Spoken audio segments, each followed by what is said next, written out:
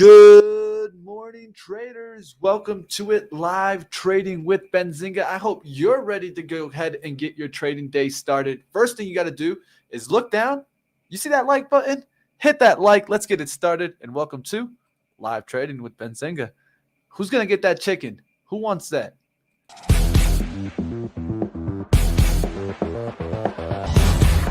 Winner, winner, chicken dinner.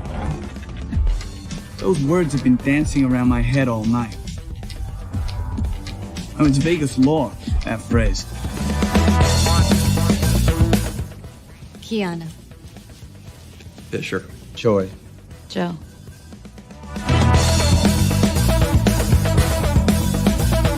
Cards drawn are the past, ones to come are future. And the best part? It's beatable.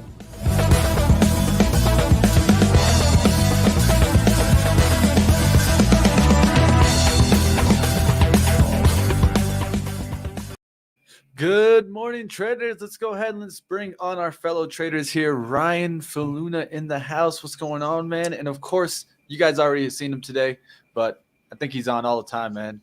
My man, Spencer Israel. What's up, man? What's up? How we doing? Hey, man, you should have like a permanent window that just stays on all day.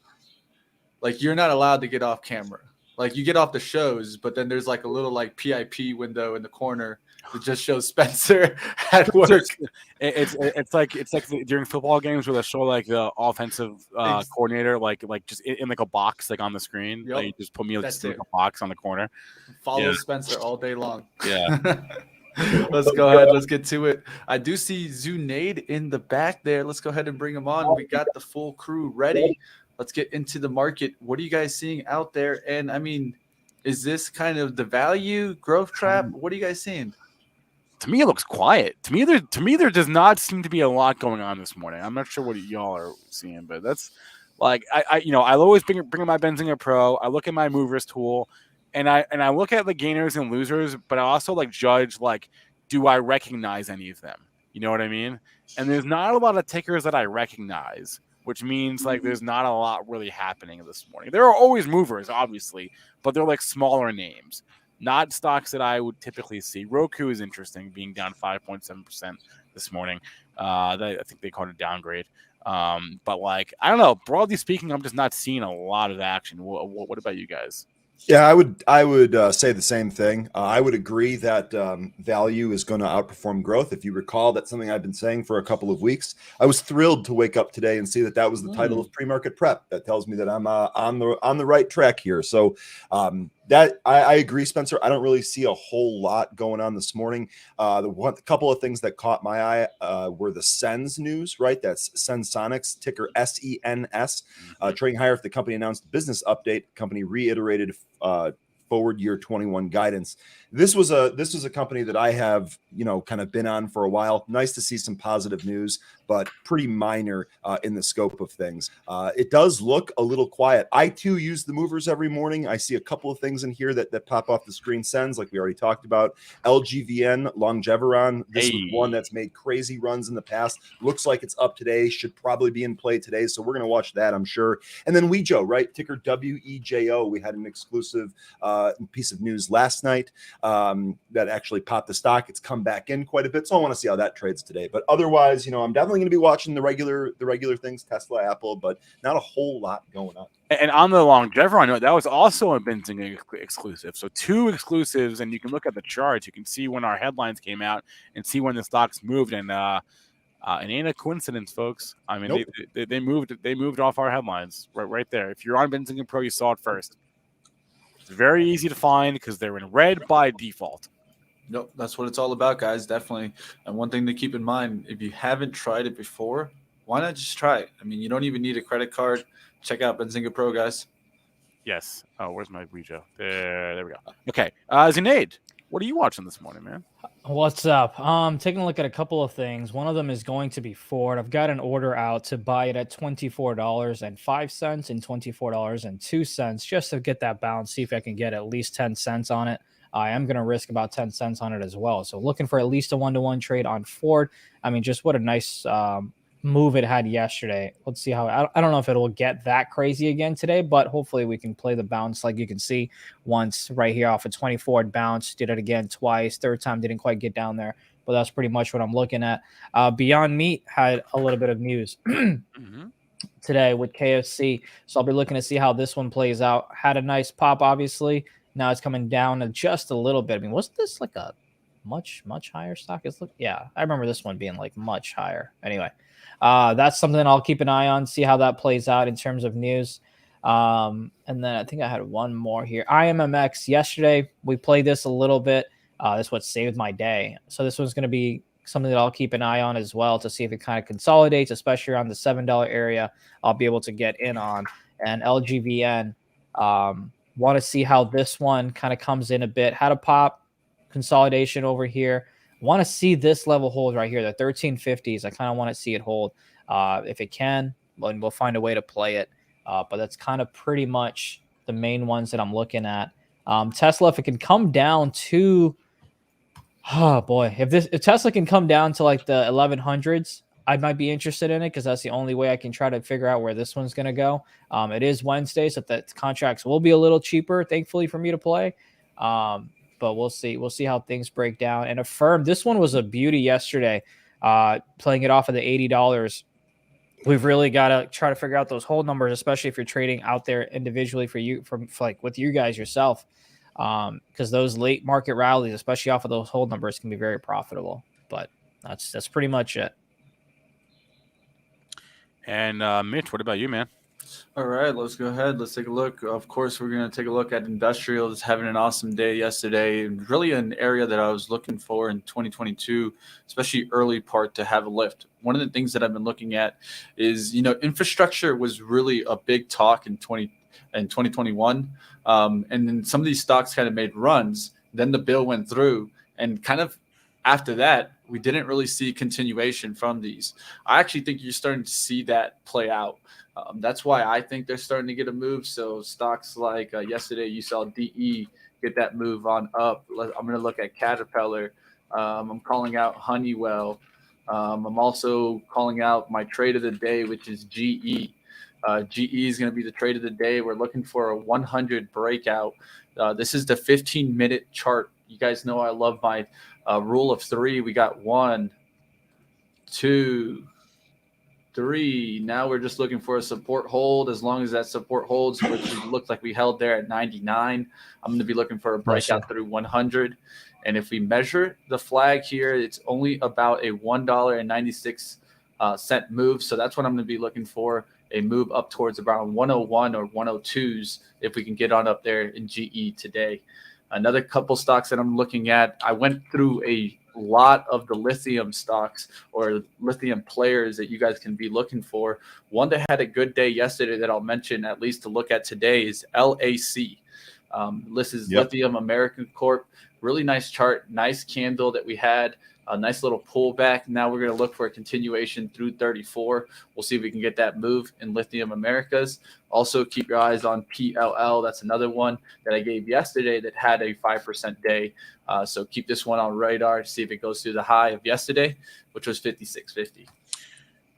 And I want to give Mitch a shout out on his GM call yesterday. The automakers. Zunaid mentioned he's looking for a dime in Ford, but you can look for a dime in any of them here this morning. Toyota, GM.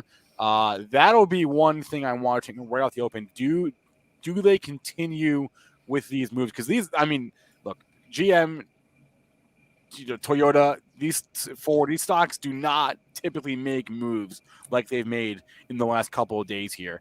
Excellent. So I'm actually looking. I know Zunaid's looking for a long in Ford. I'm looking for a short in Ford, for the reason that you just talked about, Spencer.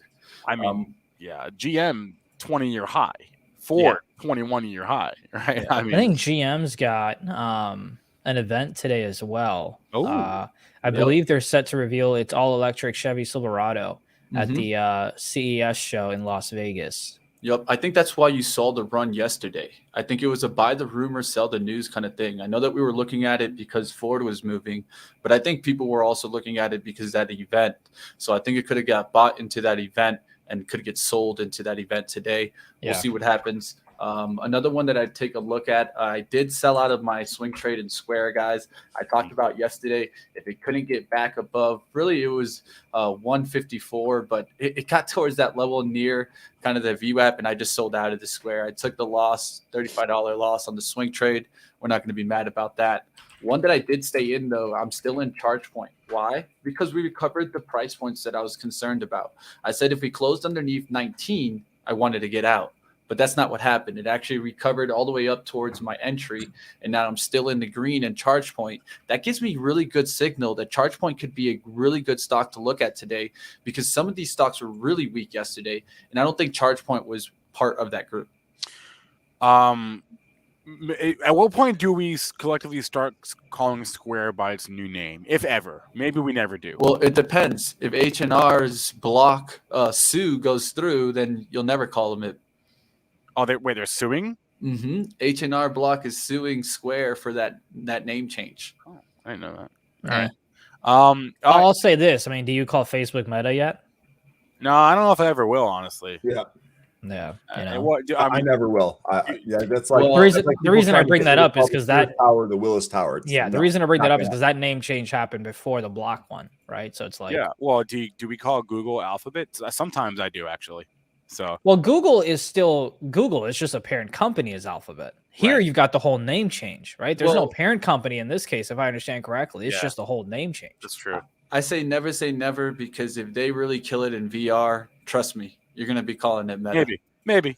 I mean, look, maybe my grandkids will be like, "Oh, look at this new Meta thing." I'm like, back in my day, you know what I mean? They Maybe called then, it Facebook. maybe then, when VR really gets going, I don't know. You know, All right, let's go ahead. Let's take a look. Spencer, do you see anything that's standing out as recent? I did see Pfizer news this morning that we didn't cover. yeah. What the White House is buying a lot more, like doubling their order of Pfizer vaccines. I don't know. The whole healthcare trade has come off really hard. I mean, like the sector as a whole. Like you can look at the XLV. Right, that's your healthcare, right? XLV. Yeah. Yes. And I always confuse the K and the V for some reason. I confuse tech and healthcare all the time. But you just look at your XLV. Actually, it's not even a good barometer. Look at your IBB, right, which is your like tech, right? Your health, your biotech, tech being the key word there. It's been a really tough trade for months now, for like 6-7 months. So I don't know how I feel about the whole sector right now. Moderna got taken out behind the woodshed on Monday for no reason. It's just like just because it's growth, I guess. But it's tough out there in healthcare right now, at least like for a trade. I don't know. I actually want to be looking at least for a day trade, not maybe more of a longer term trade, but I'll be looking for a day trade in that Pfizer. 56 stands out to me really. If you look here on the pre-market, you'll see one high, two highs, three high attempts. Let's get through those highs, break out through 56. I think you'll start seeing some traders looking at Pfizer. One of the things that happens is the stock was downtrending and now it gets a little bit of a positive catalyst, could bounce off of that near kind of 54 mark. We'll see if this continues on its upside today. All right. One thing I am also watching, because I'm always keeping an eye on it, is the crypto market. Let's do real fast before we get to the open here in 10 minutes. Let's do a quick crypto update.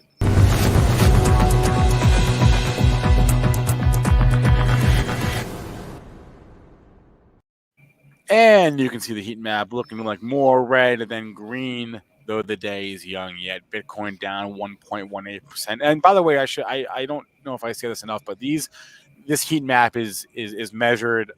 It goes midnight to midnight, I believe, is when the performance resets. So Bitcoin, ETH, Binance Coin, Solana, Cardano, your largest coins, all down for the day, all down relatively the same amount too, between 1% and 2%, which is interesting. Not a lot to speak of on the upside. Chainlink is your leader today, up 10%. Uniswap up 5%, and then Polkadot up 1.6%. As a reminder, if you want free Bitcoin, it's very simple, very easy to get some. All you gotta do is go to the Voyager app, download it, use the offer code ZING, fund your account with $100, make a trade, and then they will give you $50 in Bitcoin right then and there. So Go do that if you want some free Bitcoin. All right. It is 9:21. We got 9 minutes until the open. Keeping an eye on the screener, keep an eye on the chat, seeing what y'all are looking at. Eden, you never emailed us yesterday, and if you did, I didn't see it. So I don't know. I apologize if you did and I missed it. I'm curious to ask someone in the chat, since we've got a few minutes, and you guys can interrupt me if you've got something else you want to talk about. Chat, let me know, because I don't know how many of you guys, trade all day, trade in the morning, evening, afternoon, whatever. But I'm curious if the folks in the chat got a chance to play the bounce in the last couple of hours yesterday. Simply because I feel like sometimes we have such a bias where it's kind of like, oh, it's been fading all day. It's going to continue fading. It's going to do this. It's going to do that. I'm just curious if our viewers kind of got a chance to play it to the long side and tell us what you did play. Well, one thing that'd be interesting to see as well, because I got a chance to play a Firm and Micron were the two that I got a chance to play. Thankfully, saved my ass. But yeah, what's up, Mitch? One thing to keep in mind is what kind of traders really open positions near the close, right? It's usually institutionals. I mean, one of the things that happens is that a lot of traders trade the open, but it's been said, and it's kind of like not a 100% rule, but a lot of the smart money trades the close, and they say a lot of the dumb money trades the open. But I mean, that's just what they say out there. I mean, it doesn't mean necessarily that you're dumb because you trade the open with us. It's just more along, I mean, a lot of times you'll get those change in sentiments throughout the day, and they're too extreme in one way. So towards the close, you get those little pops. I think that's one of those reasons right there. Yeah, that's definitely one, Mitch. And one of the other things is that they obviously have a whole day then to make their decision, right? They can look to see if they're doing any type of technical analysis, they can see what that candle is going to look like when it's done finishing. Maybe that's going to set up for the next day. Maybe there's a piece of news that changed some of the momentum throughout the course of the day that's going to have an effect for the next week or month or longer than that. So, one of the rules that I've had is I don't, unless I have a clear-cut trade and shot at something, I don't like to trade in the first 15 minutes because I get faked out a lot. Or if I do trade, I keep my expectations lower so that I'm not waiting for a stock to make $1 move only to see it pop 20 cents, pull and reverse $1 in the wrong direction. Yeah. Okay, I was just curious. But by the way, we got one of our viewers, I believe it was Marvin TV. Says he's bag holding. What are you bag holding? I'm curious. Yeah, what are you bag holding? Where'd you get in? Why didn't you get out? Because that's definitely something that we don't want for anybody. There's a lot of bag holding out there right now, Zunaid. Let's just be honest. I mean, no, absolutely, no question about it. But we've got a little bit of time, and would love to help them out. Let's go through some stocks, guys. If you guys are on your watch list, let's roll through the chat. See if we get any stocks mentioned there. So chat mentioned DFEN. Roy mentioned DFEN, which is your defense. I honestly have never heard that until today. It's your direction. It's your direction to leverage defense ETF, right? So hey, I love to get these leverage ones. We're talking Lockheed Martin. We're talking NOC, right? Is that still around? Yeah, Northrop Grumman. We're talking RTX, right? Raytheon. Who called this? Who called this? Roy called this one. Roy, hats off to you, man. This is a great idea. And Mitch, to your point, I had no idea this existed until 3 seconds ago when he mentioned it. This is an excellent idea because I think that these stocks that fit into this group are probably going to be better off this year than some of those growth stocks from last year. So I'm really interested in this. I'm really, really interested. I really appreciate that. Yeah, and you can see a nice on the 5-minute kind of cup and handle it's trying to form. It just did the cup. Now let's see if it can get the handle going. I would look for a pullback closer towards 2040s at the open and then a breakout through that 2050. But we'll see this one. I'll definitely keep it on watch. And this is what crowdsourcing is all about, right? It's not necessarily that Ryan and I were looking at this now, but it definitely puts it on our radar. And us being as traders, we can now take it and analyze it for ourselves and now try to make a trade off of that. Joseph said he's looking to catch a firm on the open. He didn't say whether he's looking to catch it for a long or short. A firm sets up very nicely right now for a short, a pretty clean short because it's got it just made a new low of the move yesterday, $80, and it's got this gap, right? It's got this gap from August to 74. And the theory there is that stocks tend to fill gaps eventually. So if that theory were to hold, then a firm would go down to 74. And that $80 could be a real nice area to go ahead and go long as well. So, matter of fact, I'm going to go ahead and set an alert around 81 to keep an eye on it. You've got someone asking about why BA is going up. I think BA had some news that they got some orders yesterday, if I remember correctly. Yeah. So that could be why. I'll have Spencer, the main man with the news, give us some insight. But that's what I would go ahead and put my $2 on. Yeah, it was Allegiant Air. They bought 5737 MAX jets. What's Boeing's PE? And just I don't know. If I had to, I'll look it up. But if I had to guess before I look it up, I'm gonna say 20. Yeah, that's why I was thinking. I think it was moving with the low PE, but I don't know. It's 35, which is still 35?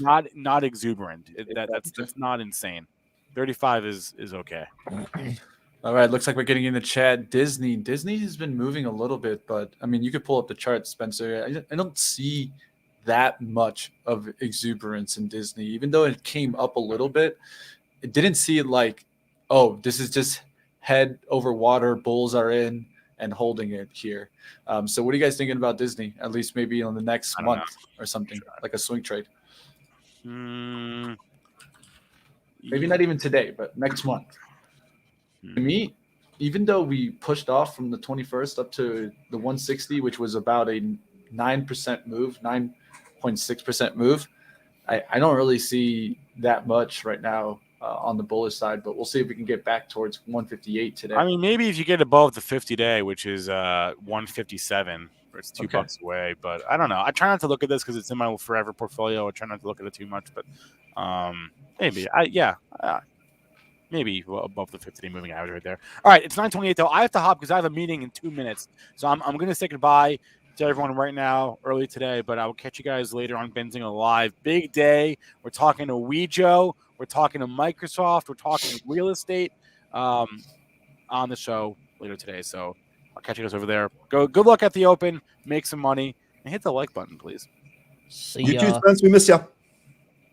On LGVN, I did get a chance to get filled on those 1355s. I'm going to be greedy with this one. I'm going to wait till the Open and see if I can get all the way up for about a bit of a bigger move. I just enjoy playing these in the pre-market. We'll see how it plays out, though. So you're going to play LGVN. I'm going to be looking for a relationship play, LAZR. So to me, this hourly chart sets up really well here. Multiple resistance near that 1814. Nice little whole dollar right above it at 18. It has another stock in the relationship that's moving. You just mentioned LGVN. I'm going to be looking for this one to hold this kind of symmetrical pattern that's going on up and break out through 18s today. And that could give us a nice little pullback buy. If we do get the pullback buy, it'd be down towards 1750.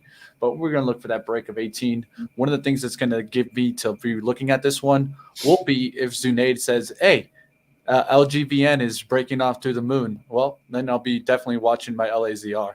Yeah.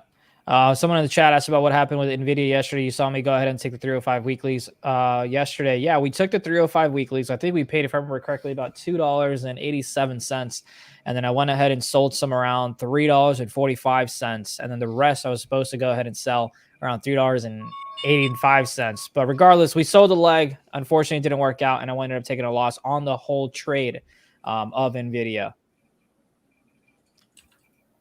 All right, guys, looking at GE. I'm going to look at LAZR here.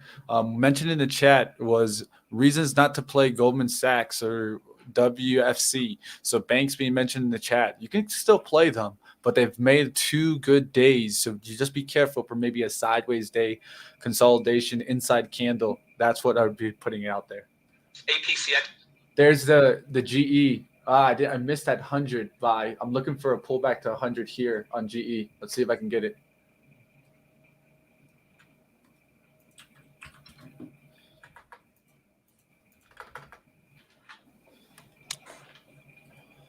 I'm going to flip over to my scanner. Sorry, I was dealing with a flurry of phone calls there this morning right before the Open. Got to love that. We know how that goes, my friend. SPY flat here out of the Open. Strong ADP number.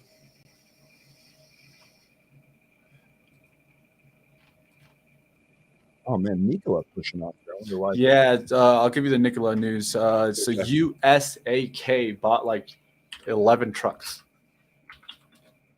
USAK. It's USA Truck. It's one of my favorite trucking stocks. I didn't get the fill there on GE. It pulled back to 110. Had my order out there at 99.90s and missed that pullback there.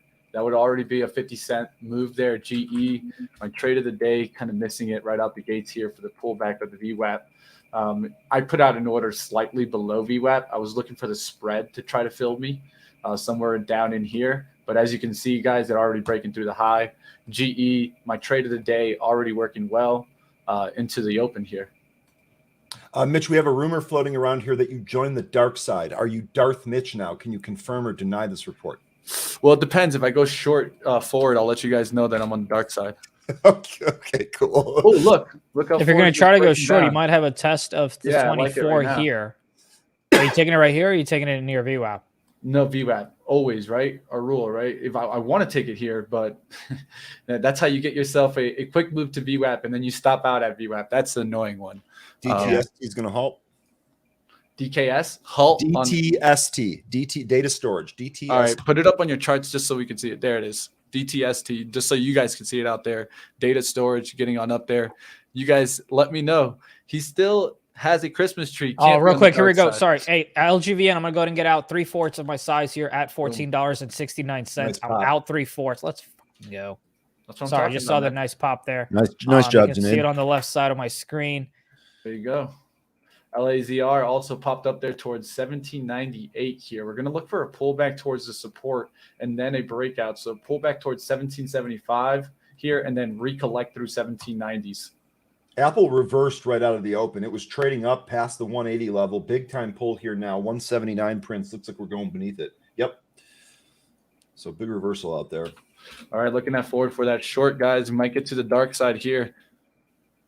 We'll see what happens, guys. Let's see what else we've got. I'm on booth. So LGVN to my left, you can already see it. Something else I don't want to keep an eye on. Micron, I feel like it gets to 100 sometime soon. I'm going to be a little patient on it. We got a chance to play Micron around $90 earlier. Let me go to, I'm going to keep an eye on a firm if I can get down to that $80 level. Let's move this into Tesla. Yeah, nothing really happening there that interests me. All right, there's a big order on EdgeX. 156 there showed up at 23.95s. Look for it to test or just get crushed at that level. I'm looking for it to test it now.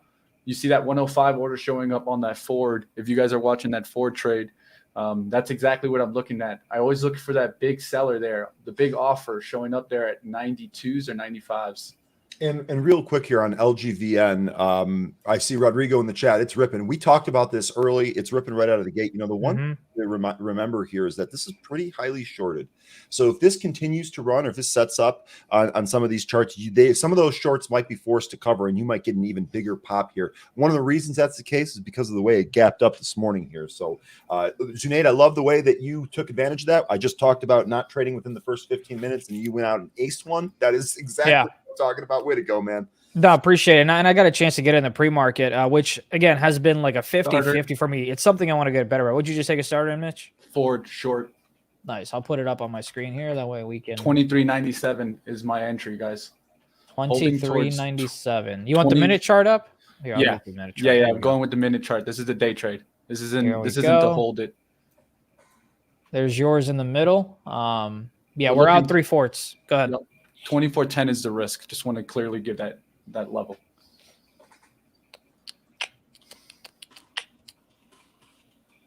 Yeah, LGVM, we went ahead and got out 3/4 at $14.69. The rest, I kind of want it to ride nice and high above 15, and we can keep going. Ooh, not that one. Now we got to go to the minute on that. LGVN, because this one went to like the 40s, didn't it, or something? Yeah, there you go. The 44s. I like that LGVN here. Looking for a little bit of a pullback here to get into it. It would be 88s. Yeah, I mean, here it is at 1385s. I'm not going to add anything. I like where I'm at. Plenty of profit already taken in this one, so we're going to give it some space. All right, trying to get in LAZR on this pullback, and then I'd hold to the 775 support here. Okay, there you guys have it. I got into LAZR long side and still short forward here.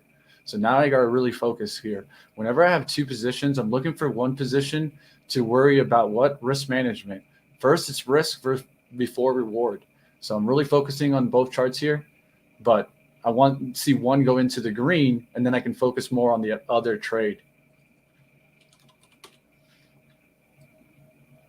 Interestingly enough, K-Web here. We talked about this a little bit yesterday on the happy hour show and the day before. K-Web gapped down a little bit after having a rough day yesterday. Looks like it's really pushing out of the open here. Thought on K-Web is that some of these Chinese names are going to get marked up going into the Olympics. The Chinese like to, have the stock market looking real good. I actually got this information firsthand from an analyst who works in Asia. So it's pretty good for me in terms of the source. I wouldn't be surprised to see a run in some of these Chinese names. You guys have heard me say it before. I don't like buying individual Chinese names. So I would actually trade this in the way of the ETFs. K-Web, I think MCSI, help me out here, Mitch. MSCI. There's another MSCI. Yeah, there you go. MSCI. There's another ETF. I'm mixing it up. I'll go ahead and find that for you. But these are on watch day. This is spiking here. I have no position yet, but I might play this for a couple of points on a bounce. All right, Ford getting that knockdown there, guys. Looking good here. We're going to look for a 2370s to break there. Then we're going to look to go ahead and take some profits there. We should see some volume come in here on the 2380s. That's what I want to also see. I want to see the volume actually increase into the breakdown through that 2370s.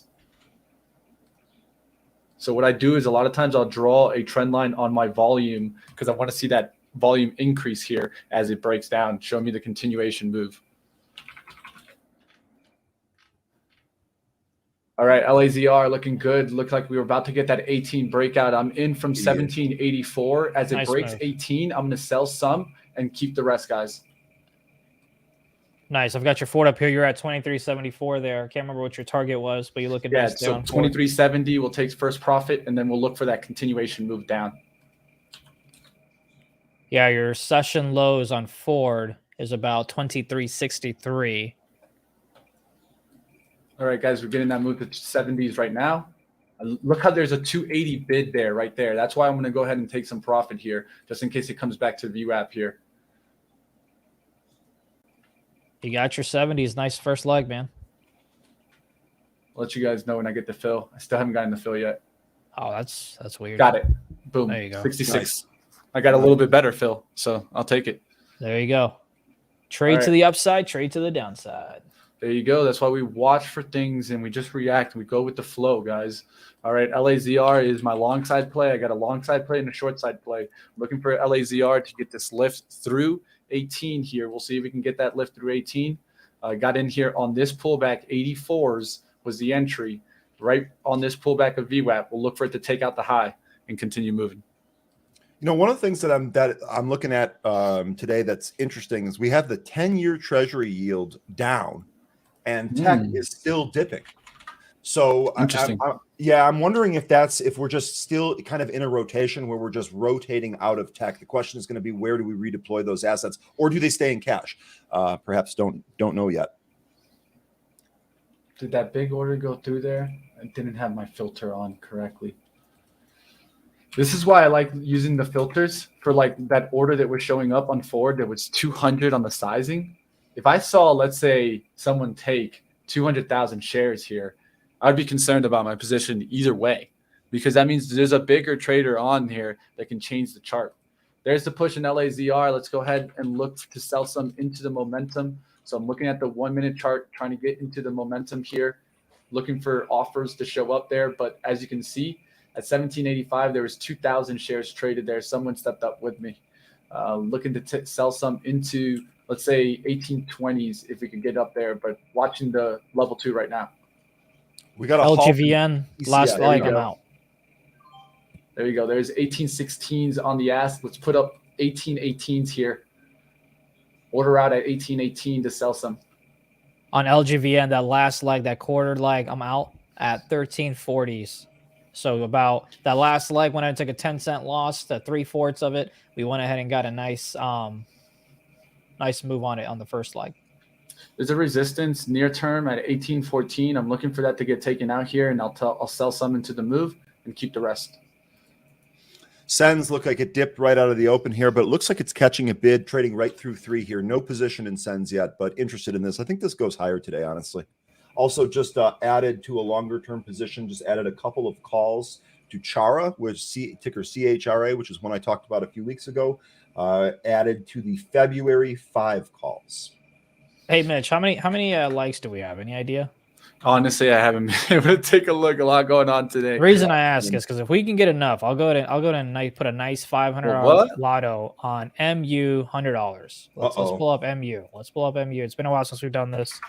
Well, you guys heard it first. If you guys want to hear that lotto trade getting put on, go ahead, smash that like.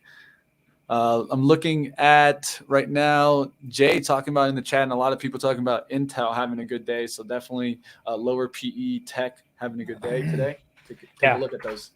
Intel yesterday had like a $1 million one. I'm going to log into YouTube with my personal account and like it just to get Zunaid to do this. Yeah, so I actually took a fill at 80 cents on $100 calls for MU because I didn't want it to go up or down without me. But if it comes back a little bit lower, I'll go ahead and grab some as well.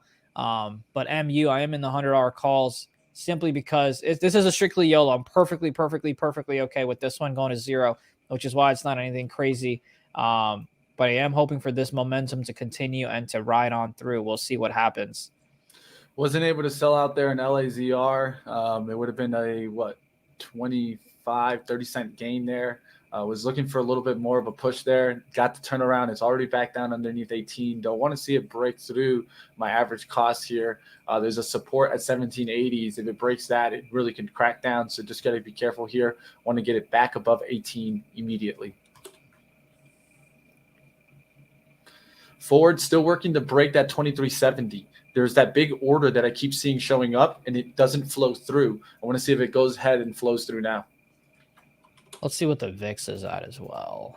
VIX is at 17. That's something I've been watching like a hawk every day. Yeah. That's my guy. 1721 right now. Interesting about your Micron idea. Kind of a blue sky breakout right now, Zunaid. Looks like that top back from April of last year. Yeah. Right about $97. Here we are at 97 and a half. So I think that, that YOLO, this picks up at all. Market kind of continues to chuck forward. This is a good trade. Appreciate you. Yeah, that YOLO went from 80 cents all the way down to 70 cents here when it kind of dipped, and then now it's kind of coming back up just a little bit. We'll see what happens with it. Again, not the most. At minimum, I want to get $1.60 on this one, right? So at $1.60, I'll sell half. That way it's a free trade. And then the rest we'll kind of let it ride. So let's see what happens with it. I'll keep you guys posted. All right, Ford's still looking good here. It's tried 3 times now to break that 2370. If it breaks here, I think you'll get the continuation down. If it comes to VWAP, we got to be careful because it could pop through the 24s. Steel still moving. Cliff X still going up. All right, guys. Yesterday, LAZR back towards my entry here, and it bounced off of that, went back towards VWAP. If we get back above 18, I might actually add to this position and look for the extension above that 1816. That order out that was to sell, I just canceled it because I don't want to sell if it does just pop up there right now. I'm going to go ahead and take another play on a firm here. A firm, I'm going to grab the 85 calls expiring this week. Going to go ahead and pay. Come on, give me a fill. All right, okay, that's the spready one. I got filled at $3.12 on a firm. $85 calls. Again, this one I'm probably going to end up risking about 50%, if not more. I'm hoping for this VWAP not to break on the 10-minute. We'll see how it goes. We've got about 4 minutes and 30 seconds left on this one on ticker AFRM. $85 calls expiring this week. All right, guys, seeing LAZR here at 18, seeing some volume step up there at 1795. Want to see right now. Let me take a look at that other one, LGVN here. Yeah, LGVN hanging out around 1350 right now. Keeping an eye on it. I'm out of it. We had a beautiful trade on that. I like the hourly support that it's trying to hold right now. So if you look at the hourly chart, you'll see some nice support out there. That's what I would be calling out and looking for a recovery. So 1340 is also the support at the 15-minute. Look for that to hold there and for a reversal to come back on through. That's what I'm going to be looking for. Yeah, guys, take a look at BABA. It's really going, and I think that's what's driving some of these ETFs that we were just talking about. Wasn't there news about Charlie Munger adding? Charlie Munger, yeah. I don't know if he added it here, if he added around the 180s. I didn't quite look at the hourly chart. You'll see the volume pop. That's exactly where he added. You mean for when though? Like for BABA yesterday. You'll see the volume pop. There was a nice volume pop that happened around I think it was 2 o'clock or something like that. Yeah, in the afternoon. Well, that's when we found out about it. Is that what I mean? What was said, that was him buying into it. But I mean, hey, that's you don't know for sure. You aren't him. So. Yeah, because usually we don't get to. It's usually like, oh hey, 30 days after whatever. But regardless, Ryan, yeah, that's what was going on yesterday on BABA. Berlin ticker REE. This thing is just going crazy. Breakout just broke support. Excuse me. This thing just an absolute monster move off the four handle. Forward looking great here, guys. I think it's going to break down. I would sometimes add on the momentum right here, but I'm just going to go ahead and let it break down, let it crack through the 2360s, and we should keep coming down to the next hourly support. Hourly support is all the way down to 23. That's the next target here, guys. We'll look to make a full point in forward. Banks reversing too after strong out of the open here. This is why I've been saying the bank trade has been very, very difficult. Gave back all the gains we put in right out of the open here. All right, keeping an eye on LAZR, still in the green here. I'm in at 1784. It's chilling at 1795s and 18. I wanted to get above 18 so I can get an ad here. I like the rejection of 1790 here, but we want to get it above VWAP. I'm trying my best not to add the shares below VWAP because what does that mean? It's still not in that bullish zone yet. We're going to wait for the breakout to add, not try to add before the breakout and guess into the breakout. Let's keep so much talking about Uber. Let's go to bring up Uber. Everyone talking about Intel today. I haven't gotten a chance to take a look at it, but all right, guys, looking at LAZR here. If it breaks 1780s, we're out here. That would be a 4-cent stop out. We'll see what happens here. Yeah, Uber's not bad here. If you got a risk of near VWAP, and then you can go ahead and get yourself out. Someone's alerts are. Yeah, that's on. Zunaid, just go over there. Zunaid, I got you. Just go to your volume mixer and lower it down a little bit. Your computer I got sounds. You don't need to mute them, but just lower the computer sound. Jay in the chat, not my favorite bank, Ryan, SBNY. So I pulled that up here. This is Signature Bank. Interestingly here, this is a double top. So will we see Mitch's rule of 3, or will this actually punch through the top here? Let me throw my screen. What are we looking at? SBNY here. I got a daily chart for SBNY. It was one that was mentioned here by Jay. He said, not my favorite bank, but looks like we're kind of running into this double top here. Do we actually reject or do we break out is going to be your question. Mitch, I know you like the rule of 3s. You'd like to see this come back in and retest and break, I'm assuming. Yeah, I would look for a support touch. Why? Because what did that help me is that I hate feeling like I extend into stocks. I love feeling like I'm looking for pullbacks into stocks. Then they literally fulfill that. To me, I think it helps you so much for when you come back to the upside for the breakout. It just gives you that much more confirmation. You held a level. So it gives you also a clear out. If you hold that as support, then break out above that, then you know your level on the outside, on the downside. If it breaks that level of support, then you at least know your risk. That's why I like that so much, Ryan.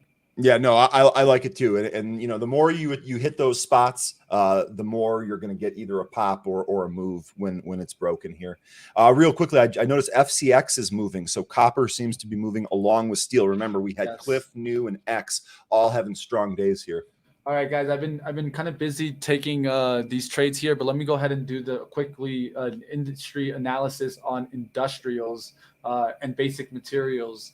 Basic materials is what we're talking about right now, so let's do that. Steel up 3.6%. We talked about some of the plays that I really liked in there, which was Cleveland Cliff. Look at that one today. beautiful move already, 4.4% move there. X, another one that we gave yesterday. Look how those have been performing. Why are we looking at these? Because these are the inflation trade. I'm about to take that ad on LAZR. I'm keeping a close eye above here. It looks like we might get the breakout through 18 here, but watching this. Silver also having a good day. You guys can take a look at AG for that one, or PAAS. So a lot of these assets doing really well today. Aluminum also up. AA is the stock to watch there. So a lot of these basic materials doing well. LAC was another stock that I was watching today after it made a nice run yesterday. We'll look for it to continue back. Now that it's holding 33, I do like this look for it to take out 33.50.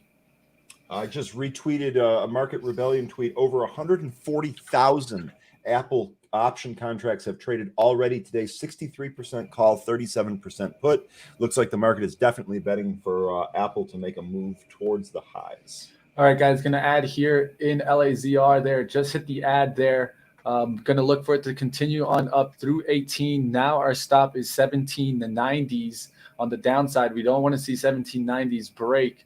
One of the things that got me on this is that if you look at the chart here, and I'm going to draw it out here for us, you get a 1 push, right? 2 push, 3 push. And what do? We come back and we hold support right here. It's been a support zone all throughout this zone, right? And so that's exactly what we did. We get that third high, support hold. Now we look for it to take out the highs.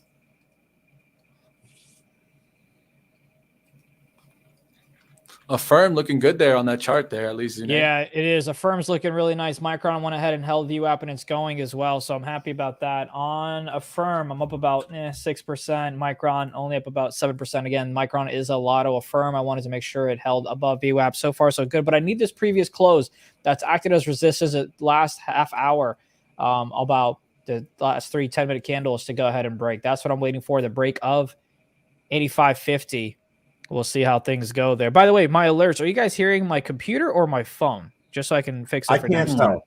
That I can't tell, Zunaid. Okay, all right. Well, I put my phone on mute, so you should not be able to hear the vibration. But if it happens, let me know so I can fix it on my end. Because it is muted, like my share screen, whatever, it's muted. It's always muted. So I want to make sure if it's my phone, I can take care of that easily. But apologies to the chat. All right, guys. So Ford is in this area where sometimes you can actually add at this point, especially if you're short, right? So this is a VWAP fade short off the VWAP, right? And so one thing, if you break that low of the day and you come to another low and you come back to VWAP, I always think you can add, and then you're going to start using your prior entry as your risk spot. So I would use maybe up here to become my new risk spot. So around 23.98 would become my new risk spot if I added to the shares there at 23.86, and then you can get that quick sweep right back down. And so that's why it's an add position if you're that type of trader. If you like to add to winners, that's where I would recommend to add on the VWAP fade.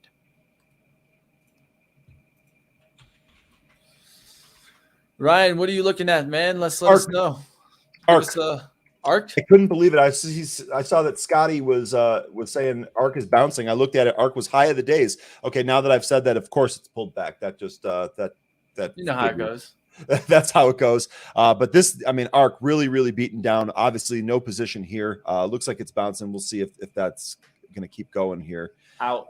I'm just kind of looking around. I'll be honest with you, I don't see a whole lot today. I'm not thrilled with any of the setups that I see. I just added to one of my longer terms so far this morning. All right, guys, 6-cent loss on that LAZR. A little bit of slippage there, and this is why you get out, because look at it now. It's down towards 1776. You got to be careful there. I did get a little bit of slippage when it broke through that 1790. I tried to get out there. Actually got out at 1783. So definitely a little bit of slippage. Can't be upset about that. Set up the trade. Look for the breakout. That's the pattern. If it doesn't hold, and you get out of the trade, because that's the time frame I'm in. That's what I'm looking for. And I'm not going to stay in and try to hope for it to come back there. I get out of the trade, respect myself. Yeah, firm not holding VWAP. It's down here at 83.68. Look at these long wicks. Come on. Still giving it time. Let's see what this 10-minute brings us. All right, guys, I'm going to go ahead and now start going through a lot of stocks that are mentioned in the chat today. So if you guys had one you guys wanted to call out, definitely throw it in there. I know Intel is really, I can clearly see is the leading one of the day being mentioned. And you can clearly see from the chart why. Straight up move, gone up about 1, 2, 3 peaks now. We'll see if it holds 55 here. But definitely Intel making a great day. I remember when it did this gap up on the December 7th, I actually got caught on this pullback, was looking to buy 50s and eventually got stopped out. And now this is things right on back there. So, hey, there you guys have it. We'll see if Intel can really hold here. One of the things that I will say is the 200-day, you went above it today, which was 54.91. Look for that 55s to hold. That's the 200-day average, and it could hold as support here and then push on up through 56 today. Someone in the chat asked about my YOLO on a firm. My YOLO is not on a firm. It's on Micron. So it's on MU. 100-hour calls is the one that we have a YOLO on. On a firm that you might be trying to troll and refer to are the, what are they, the $85 calls, which we're still in at the moment. We're hoping for this 85.50 break. They were up only about 10%, so nothing to really write home about whatsoever. But we'll see how it goes. Down about 10% at the moment. Got in at 312, currently trading at 268. All right, guys, starting to see some downward action here. So just be careful out there. Ford is definitely one that I'm holding right now. I'm going to look to continue down towards 23.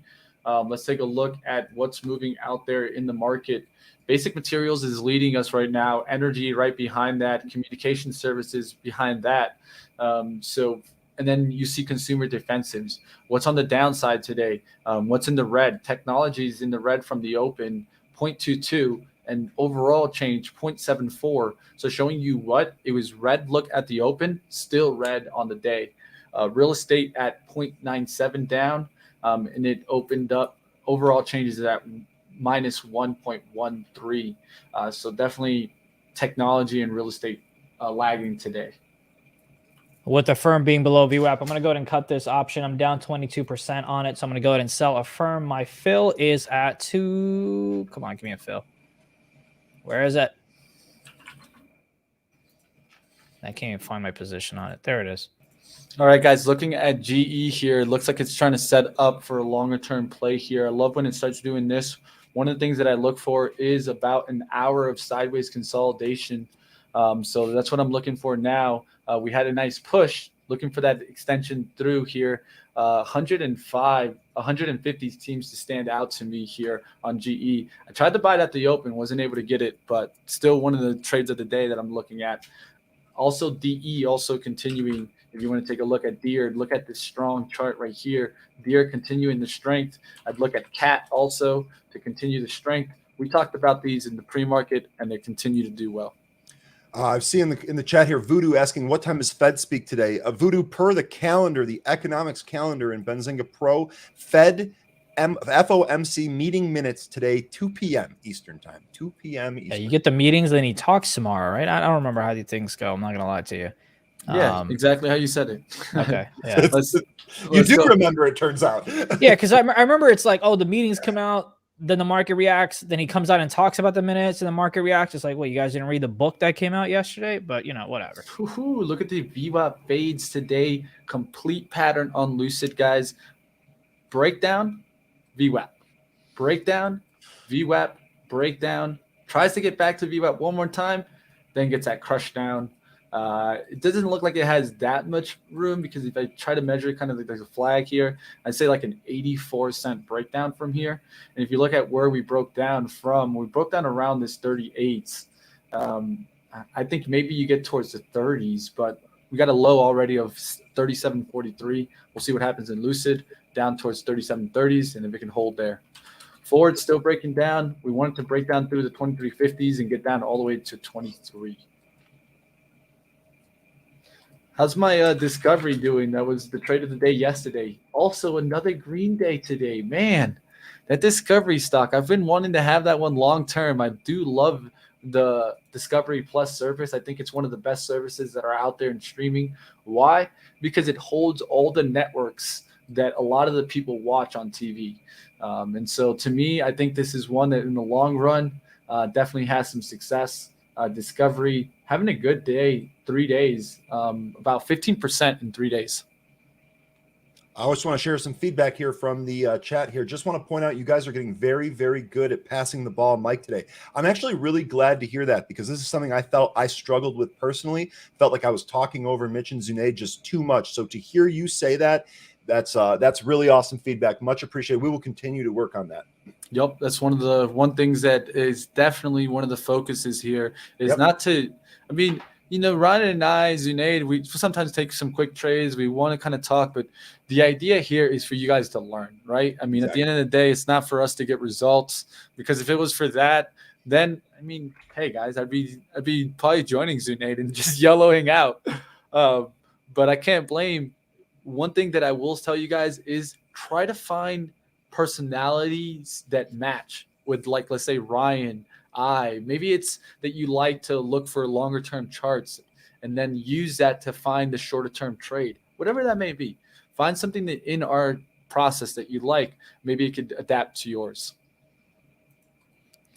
Yeah, if you want to look at a long-term relationship, I have a commitment problem, so don't look at me. Disney not having your a guy. good day today, actually. Not that bad of a day. I was looking at it to see what happened today. 5 minute has it pushing on up here. We'll see if it can continue moving. Looks like I might have been wrong on Disney, but hey, that's how it's going to be, guys. You're not always going to be right on everything. Like SA said, definitely hit the like button. Support us as we do this every single day free, guys. I told you guys I was going to join what? The dark side. Short and forward today. Join the dark side. You don't know how powerful the dark side can be. That was a really nice short. That was a really nice short on 4 that you took off of VWAP. I think it was around 23.98 or whatever on VWAP, whatever you took it. Literally really nice. 23.97.5 is the average cost. There you go. So couple of things here. Than that. Couple of things if you want to go throw up my chart. On the left, I'm taking a look at GM. We talked about how they, I believe, have an event. I haven't confirmed that myself yet, but that's what I've heard on reports that I checked out in the morning.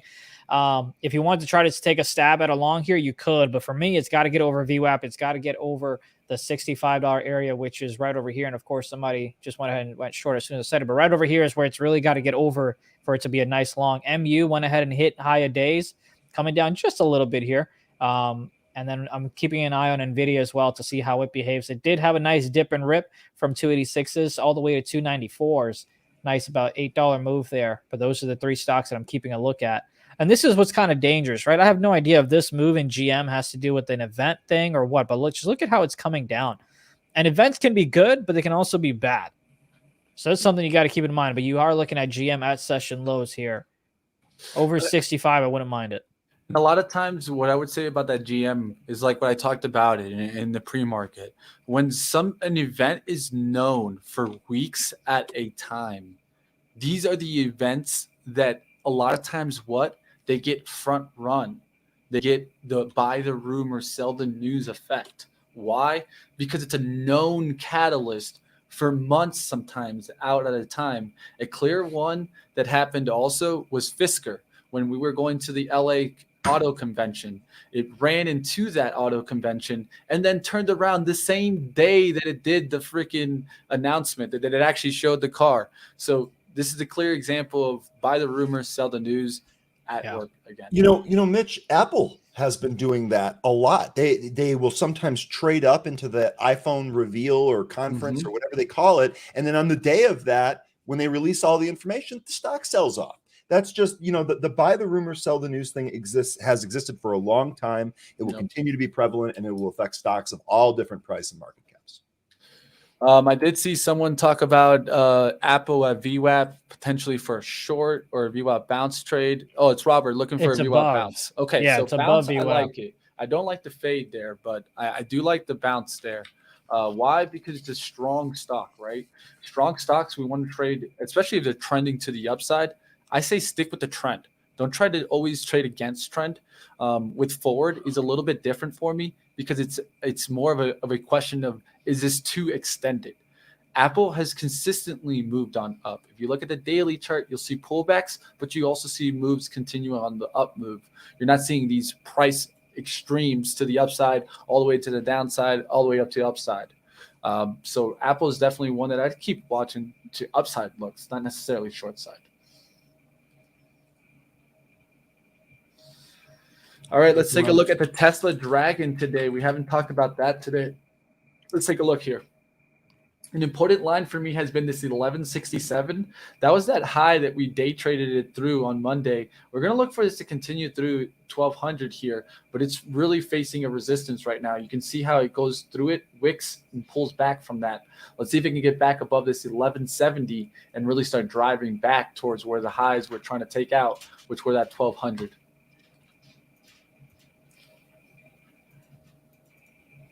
New still going, man. Steel's real strong, just amazing. It was one of the trades given on Monday for swing trades. It was literally Cleveland Cliffs and steel. Those were the trades we were looking at. X and CLF, yeah.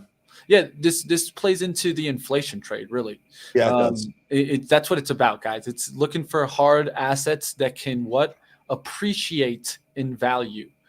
So that's why I'd be calling out these steel stocks. And even for this case, look for this sneaky one, the lumber and wood production. Look how this has been going sideways for a long time. Who knows? Maybe you start seeing these kind of move. With that, I watched Home Depot. Home Depot's been pulling back now as of late, but it could eventually take out this daily high here at 416s or 420s. Lithium player LAC that I was looking at today, did we finally get a push on that one? It looks like we got the push towards 33.50 that we were looking at when we were at 33, but it didn't hold that push. Let's see if it takes out that high now and wants to go ahead and take out the trend line.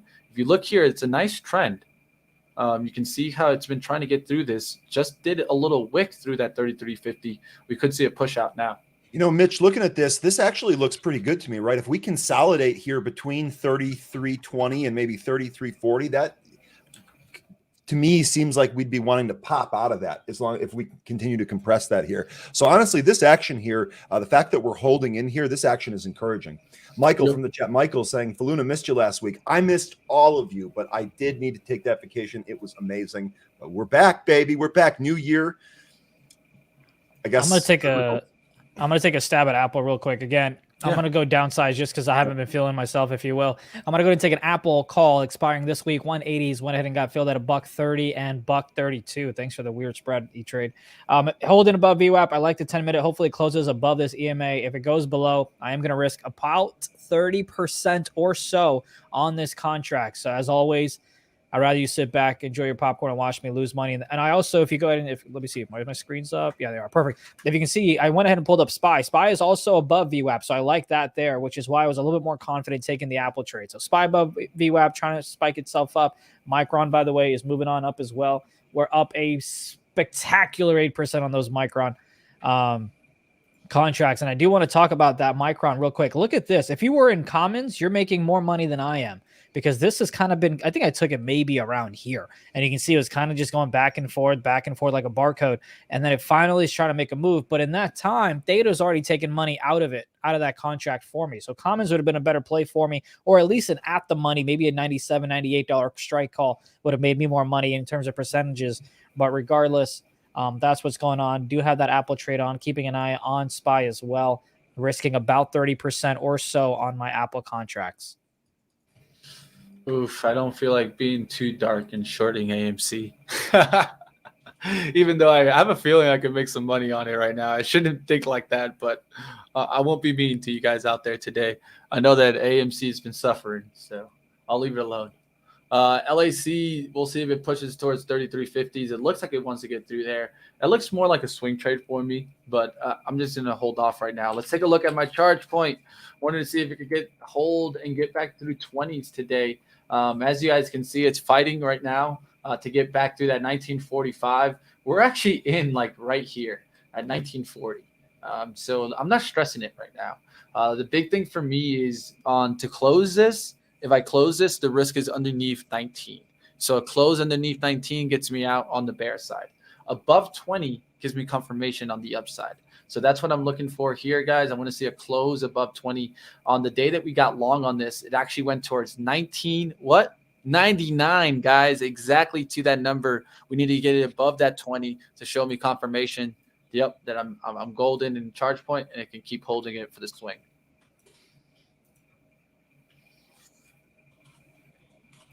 All right, looking out there, Disney pushing to the highs there. Let's take a look at the SPY. Overall market is sideways today and holding right above VWAP. So just be careful here because I do think that it could either go both ways right now. You're kind of in more of a symmetrical triangle right now, and if it breaks below VWAP, you got to be careful. Look at the 15-minute. Look how it's just sideways action on the SPY. Let's see what happens with the SPY and which way it chooses to break out or break down. QQQs doing the same thing. And one of the things about the Qs is what we want to see back towards 400, right, Zunaid? Can we get it back towards 400, dude? 400 is going to be a big test. Getting there is just half the battle. It is. It is. Every time we've gotten to that level, we rejected it. So now I think if we get back above that, we'd hold it. So from here, let's see if we can get back to 400. One of the things that I could see and watch for is some of these higher price capitalization stocks to kind of push it. We'll see if it can continue moving. If you look today, Microsoft down 2%, Adobe down 3%.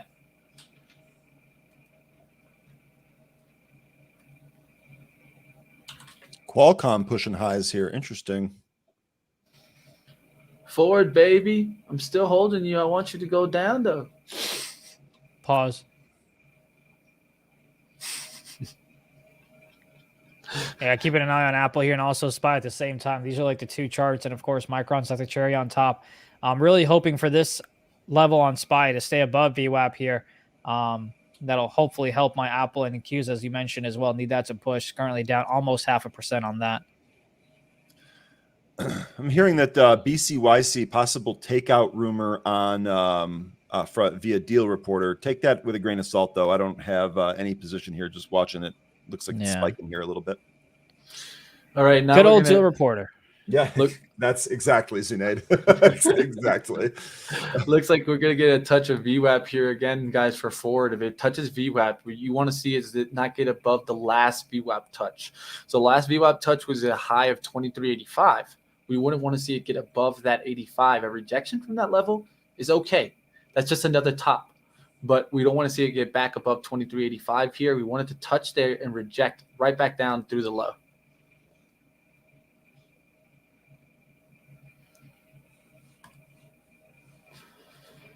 All right, looks like we're getting towards that 10 o'clock hour where we get sometimes, a lot of times, swings of momentum. That's why I've been watching the SPY, right? We're in kind of a symmetrical triangle. Do we get out? Do we bust on the upside? Or do we bust on the downside of the symmetrical triangle? You can look here on the SPY. It's definitely kind of lean towards the downside if you look at the prior price action. So above this, let's say this 477.50s, I think you would see some good upside. And below this 476.50s, we could see some downside action. That's what I'm really looking for. Can we get a breakout or breakdown here? Sean's comment here. I covered 4 due to the difficulty holding below 2360s. Sean, I'm actually not in this trade, but every time Mitch has brought it up, I've gone to check the chart because I'm trying to practice, if you will, with more and more shorting here. I thought the exact same thing when it really couldn't hold beneath. And actually, I was looking more at 2365, but for all intents and purposes, the same thing. When it looked like it couldn't really hold that, it looked like it wanted to go back up. I was like, man, if I was short here, I probably would have covered on that. Awesome to hear you say that. Yep. And I don't think it's wrong. One of the things is I'm looking for further extension on the target, and that's why I'm going to keep holding there. But remember where my first target was, right? It was what? 2370s. Ended up getting out at 2365. So to me, taking out the shares there, it doesn't really, it kind of goes against kind of what I'm looking for in that reward too. But if you're the type of person that likes in and out, don't like to be in a trade for too long, it's clear example that you could have just taken even 2370 on that first breakdown and you just got out of the trade. Take it off the VWAP, sell at the low of the day. There you go. You're done. You don't need to even be waiting around. I like smaller position size and let the trade work a little bit further, but that's always and that can come back to it. Personality, what works best for you. Yeah, on this Apple trade, I'm going to give it about 5 more cents on it, but I am probably going to take an L on this one here on Apple as it did go ahead and break VWAP. I'll go ahead and get you guys a fill here in a second. Well, it still hasn't hit it yet, but... And there it goes. I went ahead and got filled out at $1. So lost about 30 cents on that trade. Nikola continuing to push highs. Yeah, SPY's choppy as you can see here, and then Apple just didn't work out. I didn't hold that VWAP like I wanted it to. Let's take a look at Lucid. What'd you say? You said Nikola? I'll Yeah, put up Nikola just crazy out of the gate here. No position in Nikola. Nikola and it's its funny, 10 last night I trucks. saw the Ricola commercial and I thought of this stock for the first time in months. There you go.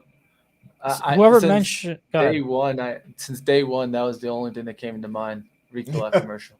Whoever mentioned Lucid looking like a reversal, I'm curious to ask you why that is, because to me, it's still kind of fading away here on the 10-minute. You can see it's just a stair stepping down, not above VWAP, not above anything that I'm seeing. Not saying you're wrong, but I am curious. And yeah, Will, Tesla, it's a Wednesday, and I'll be honest, I haven't been as great this week as I would like to be. So I'm staying away from here. I'll pull up Tesla if I can find it even.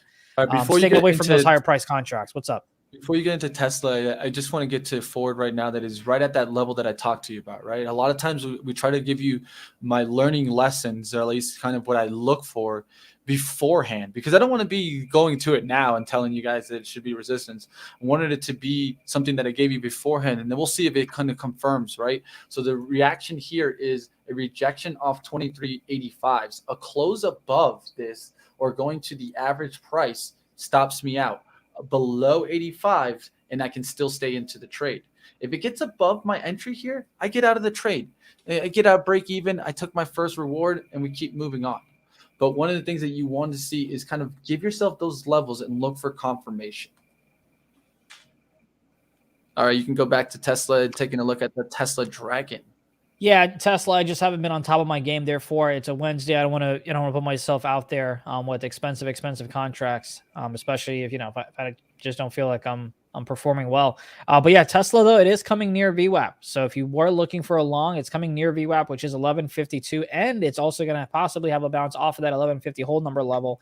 So not a bad area in terms of strictly risk reward. And you also have the previous close, which is currently at 1149.59. So not a bad spot. You'd be risking about $10 perhaps on Tesla if you were looking to go here. Out forward 95s there. Some bids showing up there at 300s on the sizing on the bid side, also showing up on the offer side. So when those big orders go through a very important price point for me, I'm not going to let this trade become a loser. I'm just going to go ahead and get out of the trade there. Got out of Ford there. And I see Jeff in the chat saying Neo had option sweeps on him. I actually didn't catch you seeing a lot of option activity on Neo. I didn't see much of that. Looks like the Neo chart kind of mirroring Tesla a little bit, but not looking like it's going to reverse. We'll see what happens when it trades down towards 30, or see if it holds 31. Yeah. One thing that I started to see is it's still kind of working, the relationship between XPEV and NIO. I kind of trade those hand in hand, but I don't see too much that anymore. That's hilarious. When I was talking about performance issues in my head, I was thinking what I was saying. But yeah, maybe I'll set up a PO box. Don't worry, we got Miley Cyrus. She can help you out. Oh man. Here's why I'm struggling. Because look, I know someone mentioned this in the chat, whether we're trolling or not, I don't know. But yes, I am a VWAP trader. I am someone who likes I'm a VWAP trader, a whole number trader, and a previous close. Those are kind of like the things that I take a look at. And here's why I'm not doing well. I didn't do that well yesterday, and today has been kind of like okay. But here, let's take a look at this NVIDIA, right? I didn't take this trade, but in hindsight, if I did take a look at this chart, I would have been like, cool, here's a 10-minute near VWAP, which is yellow. I'm going to go ahead and get in, and my risk is going to be right below, around 289, the break of the last 10-minute candle. So far, I would have been red on this one because it hasn't held VWAP, and now the 10-minute candle just closed below. I probably would have gone ahead and taken myself out. So it's like, the way that I trade at the moment just isn't working out. But obviously it has long-term, but sometimes it doesn't in current market conditions, and that's why your risk reward's got to be tight. So like I risked 30 cents on those Apple contracts, right? My target would have been at least 30 cents and then scaled out to 60, 90, whatever. So I think I said this when I first started trading live with you guys. I lose about 40 to 45% of my trades, but it's a risk reward that really helps me out. But yeah, if you guys want to send some blue pills, hey. Oh, Zunaid. I know. By the way, speaking of, it has nothing to do with blue pills, but just moving on from that topic, Tesla. I can't. I'm glad we made that clear. Let's get that out there and make that clear. What if I said, speaking of, let's pull up him's chart. This is all I gotta say. What's the green funny. square? I have no idea what this green square even is, man. I have no idea what it is. I don't even follow it. But here's a 10-minute close right above VWAP. See, if this was a Thursday or Friday, I would go ahead and take this Tesla trade because it closed right above VWAP, and now I'm hoping for a push up similar to what I would like to happen with NVIDIA. But as you can see, NVIDIA came down. Tesla's going up. Micron is killing me with data. But anyway. Oh, we're getting a push in the SPY, guys. We're getting a push in the SPY. That's what I wanted to see here. Can we get above that 47.50? We talked about it, right? Look how it gets up there to 47.48. Rejects immediately. So this is there's a level, right? And so a lot of people are watching levels. Look, I've lately really been trying to do more of going through the level and then seeing the close above that level. Because if you react too much on those wicks, you're getting caught a lot in this market.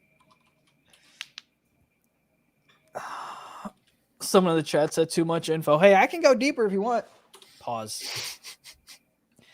Micron, to me, the spot on SPY is going to be the pivot point here at 477.70. That would be where I say that if we break that, I think we could actually make a move towards 478 and snap that. Yeah, and I see shifting gears saying I'm still holding those Apple calls. If you get that, if you get that type of move, you might those Apple calls might follow suit.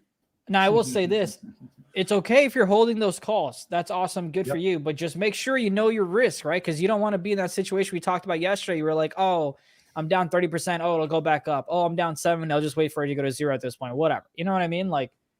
Yep, I agree. So there you guys have it. There's why I was a little careful and forward there. Now it's back to the 24s, and you can start getting some strength. What happens? Look how the volume changes there. Look how the volume just adjusts there.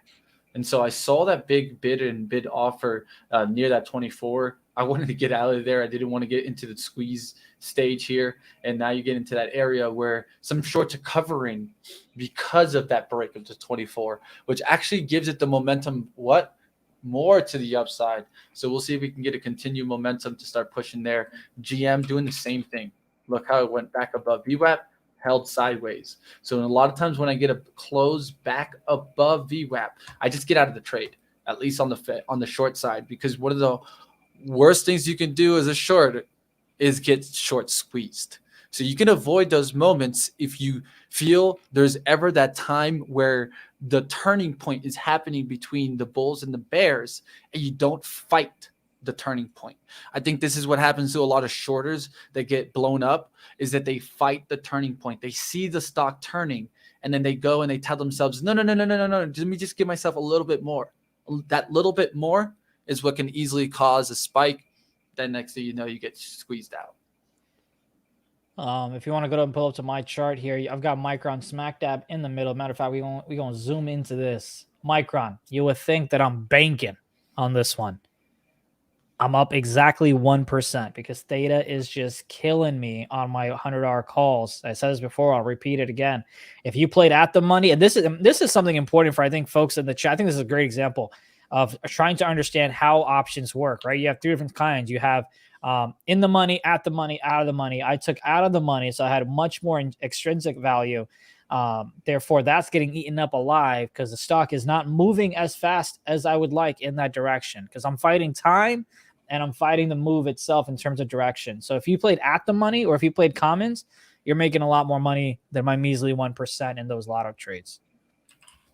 Mitch, I'd like if you have a sec here, I'd love it if you could do some swing trade type charting on Chara, CHRA, the ticker that I'm in for the long haul here.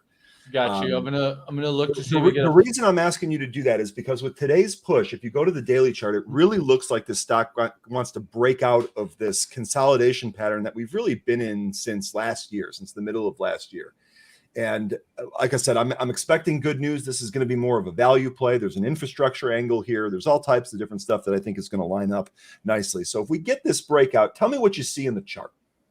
All right, I'll go ahead and I'll take a look at Chara. And one more that I'm going to give out before it kind of gets away from these levels is GE. I did like GE as the trade of the day. It's been doing pretty well, pulled back, has gone sideways there. We'll see if it can continue making a move above the VWAP now. 150, really using that as support there. It reclaimed it. Would want to see that hold there and then take out the high above 102. Above to 102 is where I could see today. And if we look at the daily, I actually think this is a good swing trading potential to get back to the resistance first. So that you're talking about the resistance at around 103.61. And then from that, I do think that you could see GE into the next year up there towards 110 and 120s. Let's go to Chara now. CHRA, one of the things that I would use on this is that you're clearly seeing some bottoming action. What do I look for, right? Some 3 bottoming actions to show up clear as day on the daily chart, right? It needs to just show you as easy as it can be. So what do we see? I see 415 as my support. I see 1 touch here. I see 2 touch here. I see 3 touch. And then one thing that happened that I'd be looking for is now that you got an above this trend line, look for this to hold on any pullbacks. And now you're starting to see that, right? You get above it and it starts holding in the closes above that. That's actually a good sign here. Now you want to see what hourly volume. Can we start getting some hourly volume to really start pushing on up? I would be looking at that because you're going to need some move to get it back through 6. You're going to need some actual gas to get it through there. If we look at the volume, it's actually been declining since that breakout of in June. So until I see the volume increase into the move, which should come at near that 5. So here you guys have it. It comes towards 491. There was a little spike here. Let's look at how the volume reacts at 5. That's going to be an important price point. If I was swinging this one, I'd be feeling confident because of the 3 bottoming actions, but we could see a 4th test of that 415. But as long as you can hold off that 415, it's looking good here. I think it's looking good on the daily. If you look at the monthly, this is one of those stocks that I'd start watching on the monthly. Look for that sideways monthly consolidation to break, which is up towards 514. Stocks that go sideways that break out on monthly charts, I'm feeling confident in on the long side. And Mitch, that support area that you identified at 415, completely agree with you. In fact, the last time the price was down there, I was adding at 415. So can't blame you. Yep. It's great spot to add off of. Awesome. And it gives you clear, right? I mean, I'm sure if you see the stock break through 4, you probably wouldn't want to be hanging out too much in it. All right, guys, Tesla curling again. Yeah, Tesla. Disney Off of that having a VWAP. good day. Look at that. Let's look at Apple. Bring up. Apple holding that support there. Yep, not looking bad there. One thing with Apple is that you can look at the hourly pullbacks on this chart, and what are you going to see? You're just going to see sideways consolidation on the hourly. This is why I like paying attention to Apple on the hourly chart versus, let's say, a 1 minute, 5 minute, or even 10-minute chart. I think the 1 hour chart reacts the best for Apple because it has a tendency of trending on the hourly. So like you see, you had this straight uptrend. Now you got a straight sideways trend. You also get fake outs a lot on some of those smaller time frames. Like I watch Apple a lot, the 1 and the 5 minute, and a lot of times you'll be faked out. So moving to an hourly chart, I think, is probably going to be better, or at least beneficial. It's just Apple. Apple's harder. Also, whenever you're trading a higher price name that has a higher float, doesn't move as well. I think those shorter time frame charts work really well with a low float stock, not necessarily a stock like this that has a tendency of holding trends for hours and hours. Look how it held the trend from 20th all the way until the 28th, which was a $12.39 move. Those are the ones you want to be riding. You want to be in those kind of swing trades where you're just riding it up there for almost a week or 2 weeks at a time and making those profits.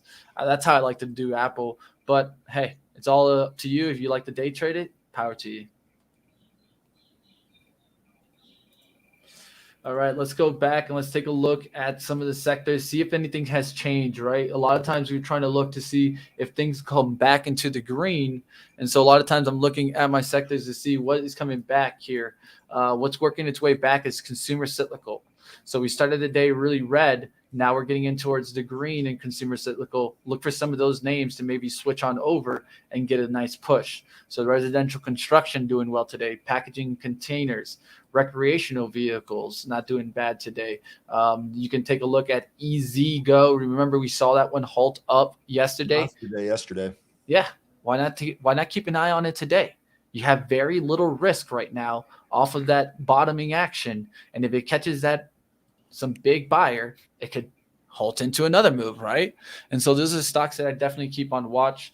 I would put an alert probably around 160 to see if EZGO can get through 160 again. If it does get through 160, it could spike again. And real quick, guys, important note here. My trading partner here, my cat, he actually just booped the Apple chart with his nose. That's normally a blessing.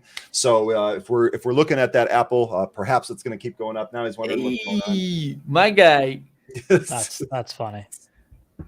So yeah, we got the cat blessing on Apple. All jokes aside, if we take a look at the Apple chart, and Mitch, if you want to, let me. Let's do that. I had EZGO up here real quick, but let me pull up Apple. One of the things that I'm looking at here on the 1 minute chart. I know we just talked about looking at larger time frames, but one of the things that I'm looking at here, I would love to see this trend broke, right?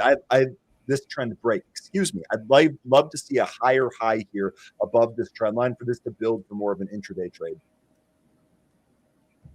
All right, guys, we're definitely keeping on going here. Definitely, if you guys could do us a favor, we're at 10:30. We need some likes, guys. We need you guys to support us as we keep trading here live for you guys.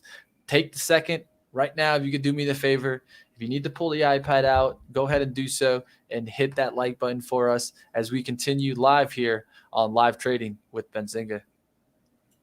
You've got Tesla here to my left. It's testing again the 1150 area that we talked about before, and also probably going to test the previous close. The $1,200 calls are going for about $7.70.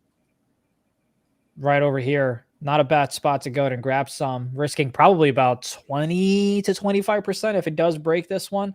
We got about 7 minutes left to go on the 10-minute candle. And if we can come back and test and break above 1160, you'd be looking pretty. Again, it's one of those risking small, trying to get a bigger reward. But with the Qs below VWAP, it doesn't turn out to be the best trade possible, which is why I won't personally take it. But I am keeping an eye on it to see what the Qs do with it. And as you can see the live action here as well. Guys, take a look at the IBM chart. IBM. Yeah, just a monster move. I think you were grammatically correct when you said I'd like to see it broke. There you go. It felt wrong. It felt wrong, so I went back. But I'm going to take your word for it. Look at the daily chart on IBM too, real quick, because this I believe has made a gigantic move. That was since the spin. Holy shit! Yeah, that's what I'm saying. And we had talked earlier about value being, in favor ahead of growth. IBM would absolutely fit into that. So to me, this one's interesting. My problem with this is that I just don't like chasing green candles. We've had a gigantic move here off the 116 level that started at the beginning of December. So just tough for me to chase this. But this one's interesting to me. Yeah, it looks like a time that we ran into last time. I mean, last time we've had a big move, which was going into kind of a troubled time for us, 07 to 09. So maybe value on here, guys. IBM, Intel, we're watching. Yeah.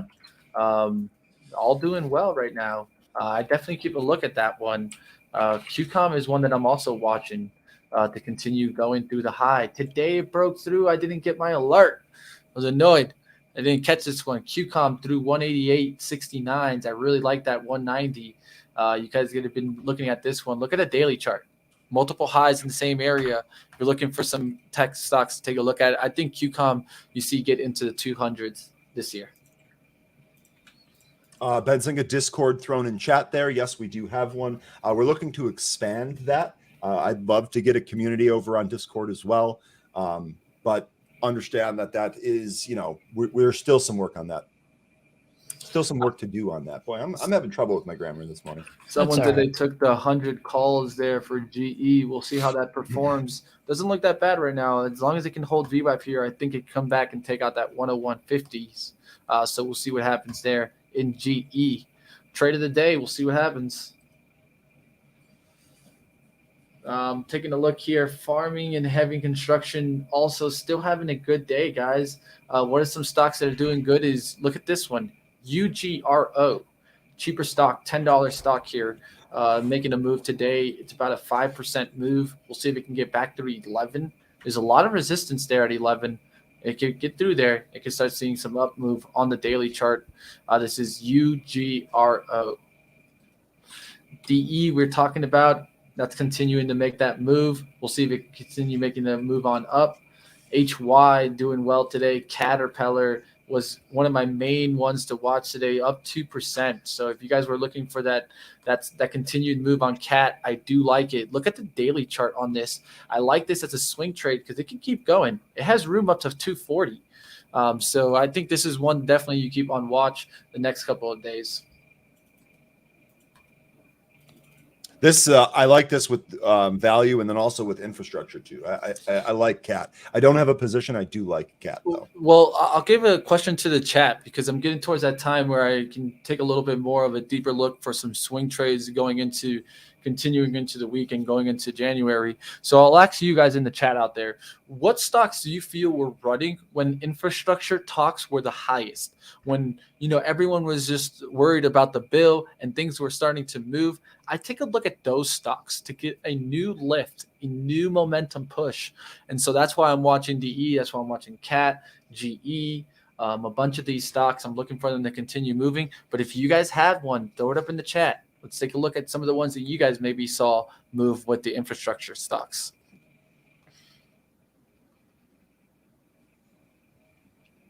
The cat's out the box.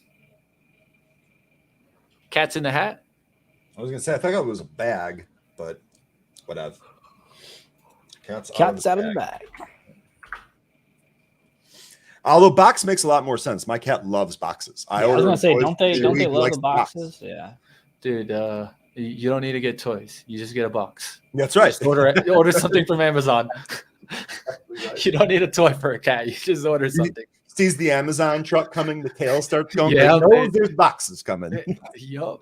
When I was young, actually, Ryan, when my cat was younger, it was a little kitten. I actually just bought. I connected a whole bunch of those Amazon boxes and just made like fake doors. Oh my God, he absolutely loved that. Is that a good idea, Mitch? What a good idea, Money Mitch. I used to enjoy it because I'd play a game with him. I would be like putting my hand out there and you'd see him. Yeah, that's money. Hey, you got to do it, guys. Lowell's being called out in the chat. Lowell's? I haven't taken a look at Lowell's in a while. There you go. Not bad there. Lowell's chart. Lowell's for a swing trade. Not a bad looking trade there. One of the things that I could see getting affected by Lowell's is maybe continued inflation helping them out, because what happens is you start making higher margins on all the products, and they pass down that to the consumer. And so we're looking for this to take out 260 today and close above 260. It went up there already once in the pre-market. You had that pre-market look in the after hours where it went to 263 actually. So look for a close above 260 to continue showing that strength. Someone asked if I was in Tesla. I was never in Tesla. I went ahead and talked about the chart and the VWAP earlier. The only trade that I am in is Micron, which is currently crossing below VWAP at the moment as it went all the way to an ND850. I took the wrong strike instead of taking the hundreds, which again, it was a lot of, which is why I took the hundreds, but I took the wrong strike. If I would have taken the 97s and the 98s or whatever at the money, it would have been up probably about 40-50%. But no, never was in Tesla. I am not in Tesla, but I'm happy to take a look at it for you. Let's see. Let's pull up Tesla here. If I was in, I would have been out at the break of the previous close, which is a pink line for me. But yeah, I'm going to call out one that was mentioned in the chat. I'm not confirmed on this, but it looks like someone said that Sony was talking about entering the EV market. I could see them doing that. One of the things with Sony is, man, I was looking for this one to have a PS5 kind of Santa Claus rally when we started into November. And we did have that push, but I'll tell you right now, this is the one stock that I've had worlds of trouble trying to buy just because it's so gappy. It's just, I can't buy it. Like every time it gaps down, I'm just like, do I buy it here? When it gapped down towards from around 122s down towards 118 in one day, do I buy it? And I get hesitant. This is one that I shouldn't be hesitant on, though. If you actually look back at the trend, this is what you want to see. These are the stocks you want to be investing in. Stocks that have this type of daily chart. Look at that trend. Long term, what has it been? Always bullish. Always.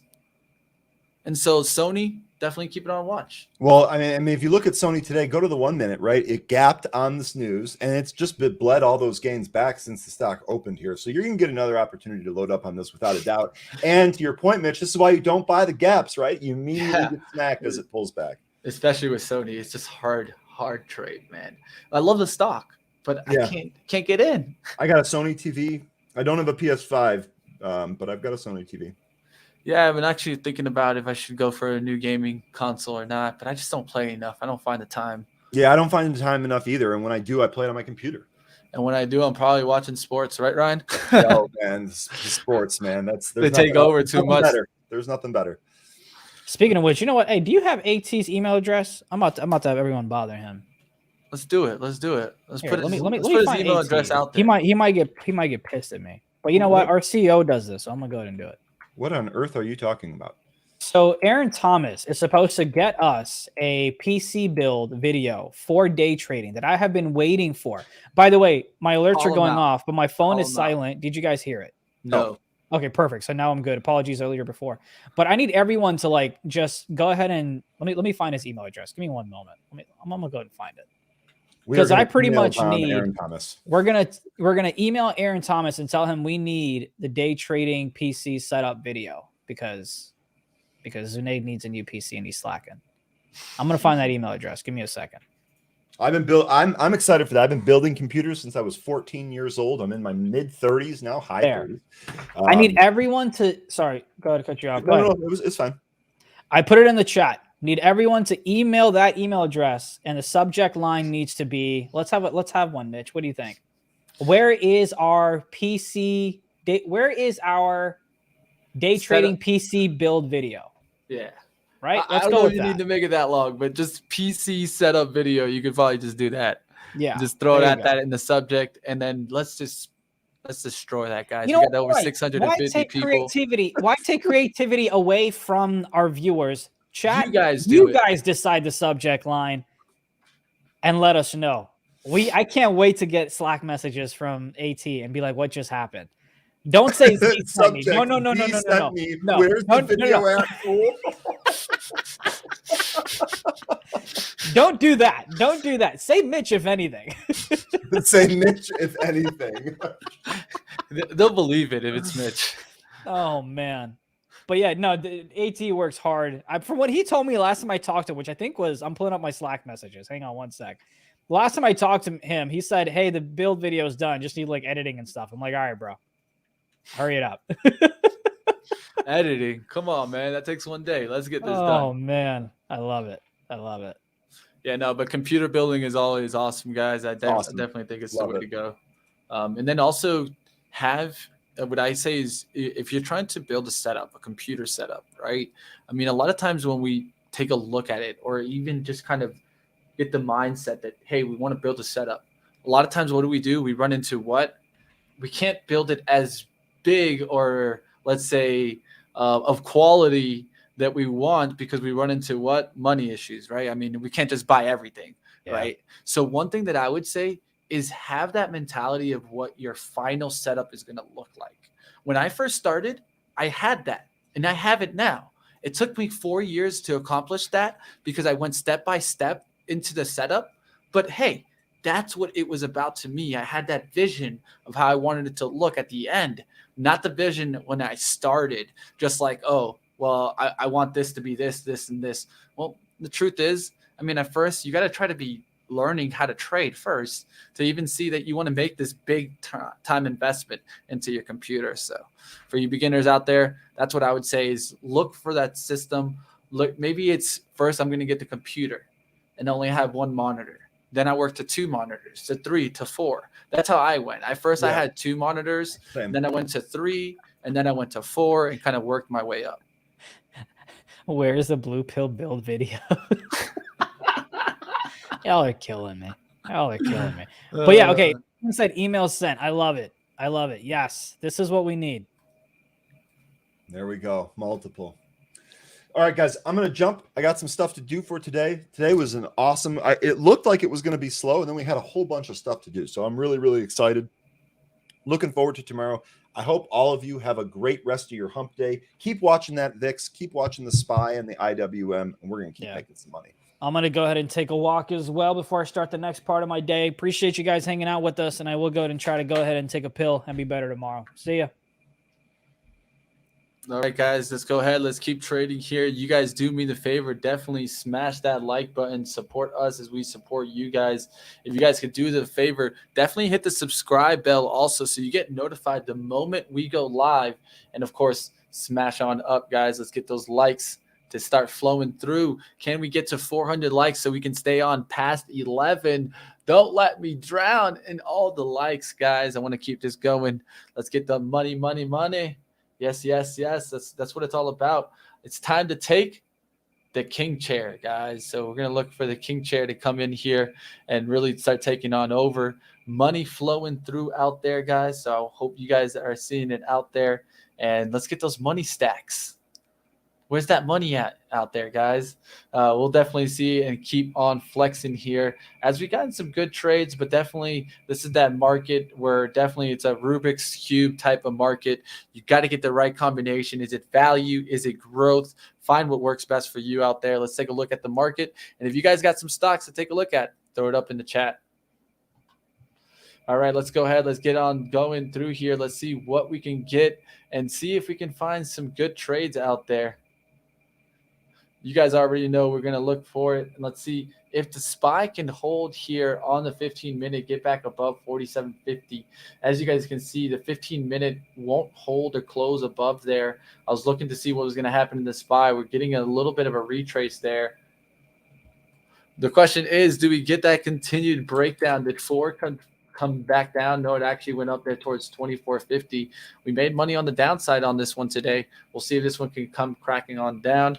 LAC was the one that I was looking to see if it was going to continue through. It actually broke out past that 33.50, went to 33.86, but now holding the pullback. We'll see if this can kind of continue going. This is LAC. All right, can you take a look at BA? I'm screwed. Why are you screwed? Pablo, let me know what's going on out there, and definitely smash the like button if you guys want some stocks out there. You've been working on your special effects. Hey, Jimmy, just get ready. We're just getting started on the special effects. I got a lot more in the works, and we'll keep pushing and keep pushing the limits. All right, looks like Devin wants to hop on. Devin, if you can hear me out there, for some reason my computer logged me out of out here of Twitter, so I got to get back on Twitter to get you on. But I'm gonna look to get you back on at 11. So look out for that. Look out for the invite. I know Devin's out there, joins us in the chat. If you guys out there had a great trade or maybe want to come on, maybe it's you guys are having a great swing trade put on right now, go ahead and throw it up in the chat. I can even give you the link so you guys can join us right here, video, audio, whatever you'd like to do.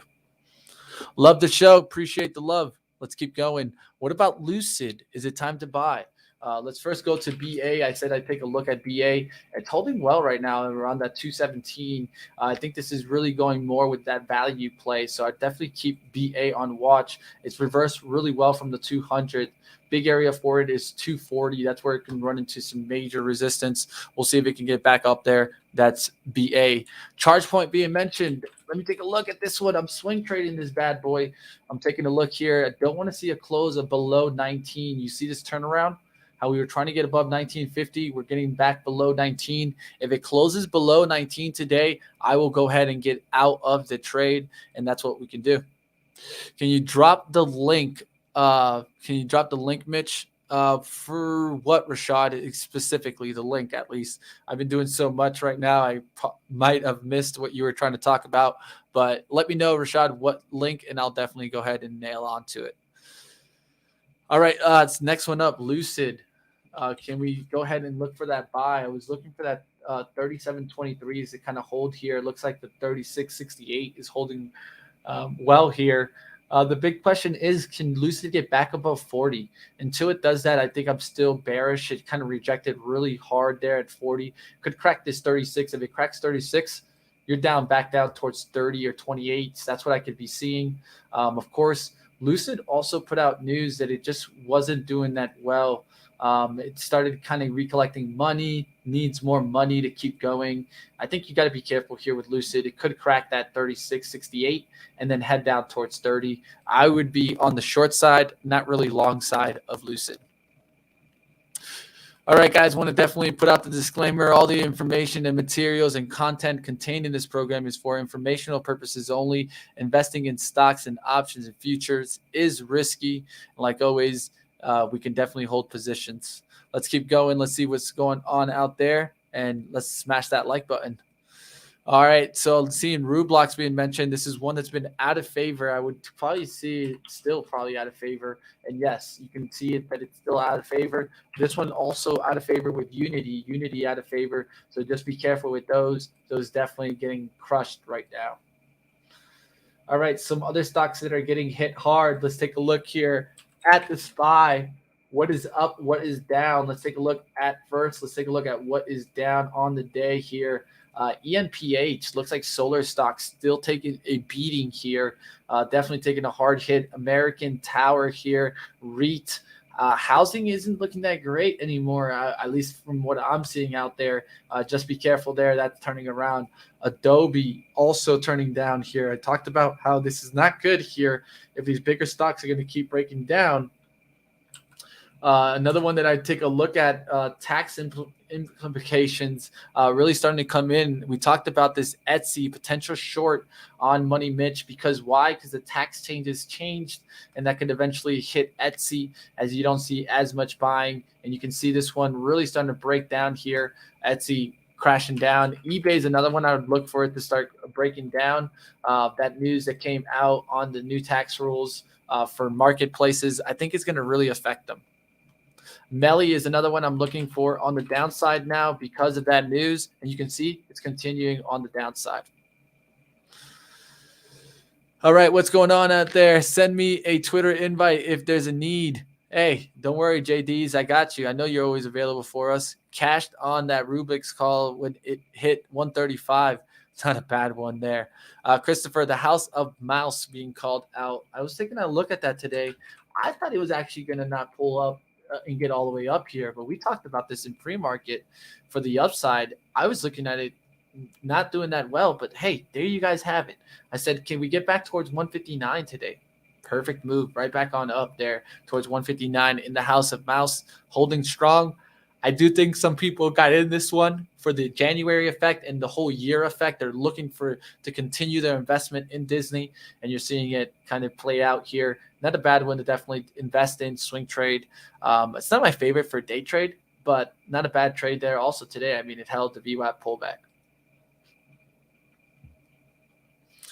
All right, Beyond Calls being called out there. Beyond Meat coming out with that KFC thing. I'm telling you guys, I'm such a bear in Beyond Meat. I can't even start to begin with, Edward.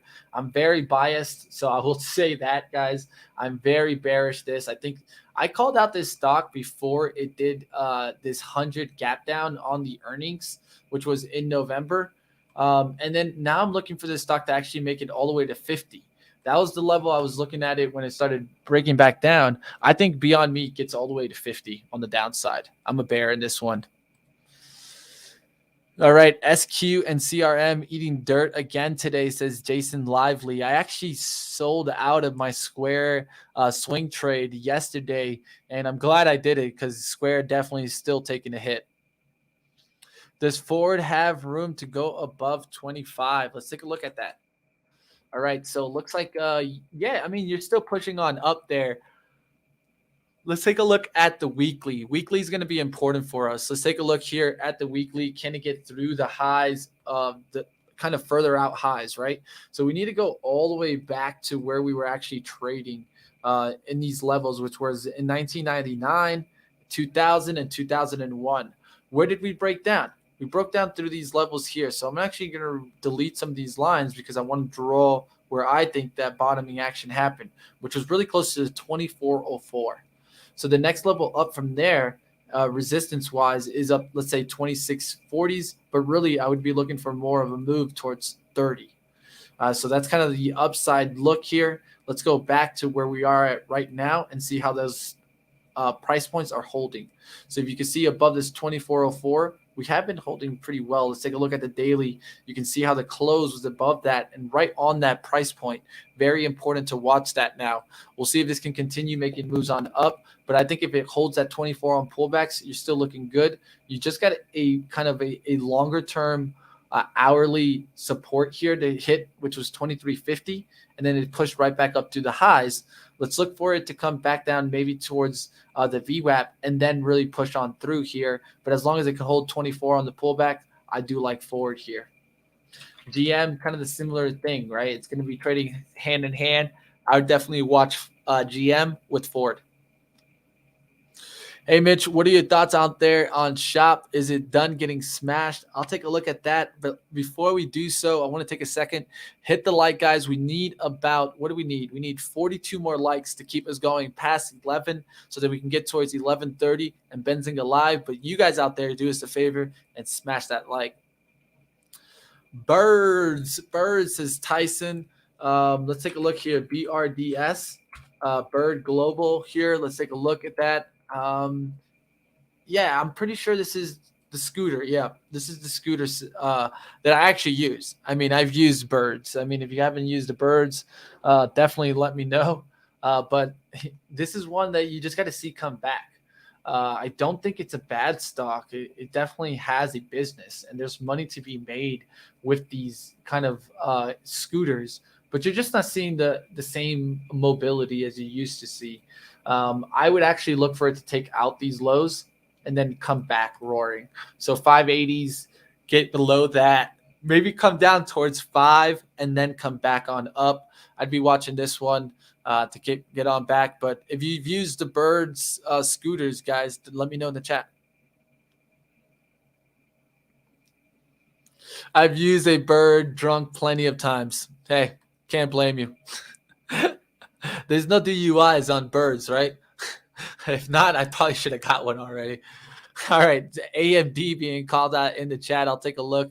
AMD being called out multiple times in the chat. GE hugging the VWAP. What's it going to do? I'll take a look at that one also. So let's take a look at AMD. What is going on? We're seeing a pullback. I think we're going to get a pullback closer towards this 135. That's the drawn out spot that I gave on Monday. Looking for that pullback to come into that 134, 135 area. Then I'd be looking for a long to come back into AMD.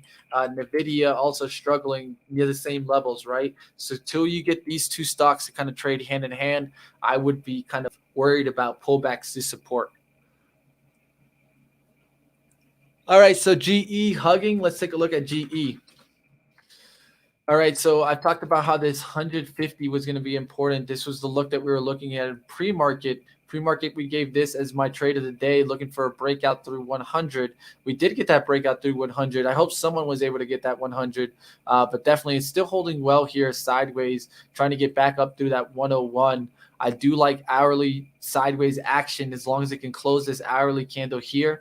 Open up the next one, you could use that prior one as support and try to attack that as the low there. The low, have it closer towards, what do we got here? We got a low close towards 111. Look for that to break through there. We'll see if we can get through that number. All right, so our consolidation and then the breakout to the upside. I look for a touch off the support and then a continued move towards the upside. We'll see if it can hold here around this 139 and then break back out through that 160 area.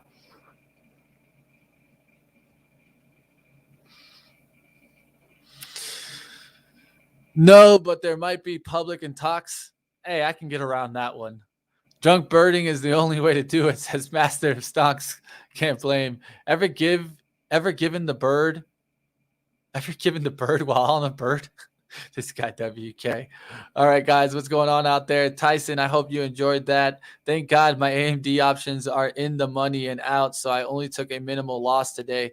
Hey, it happens, Quantum. Happens to us all.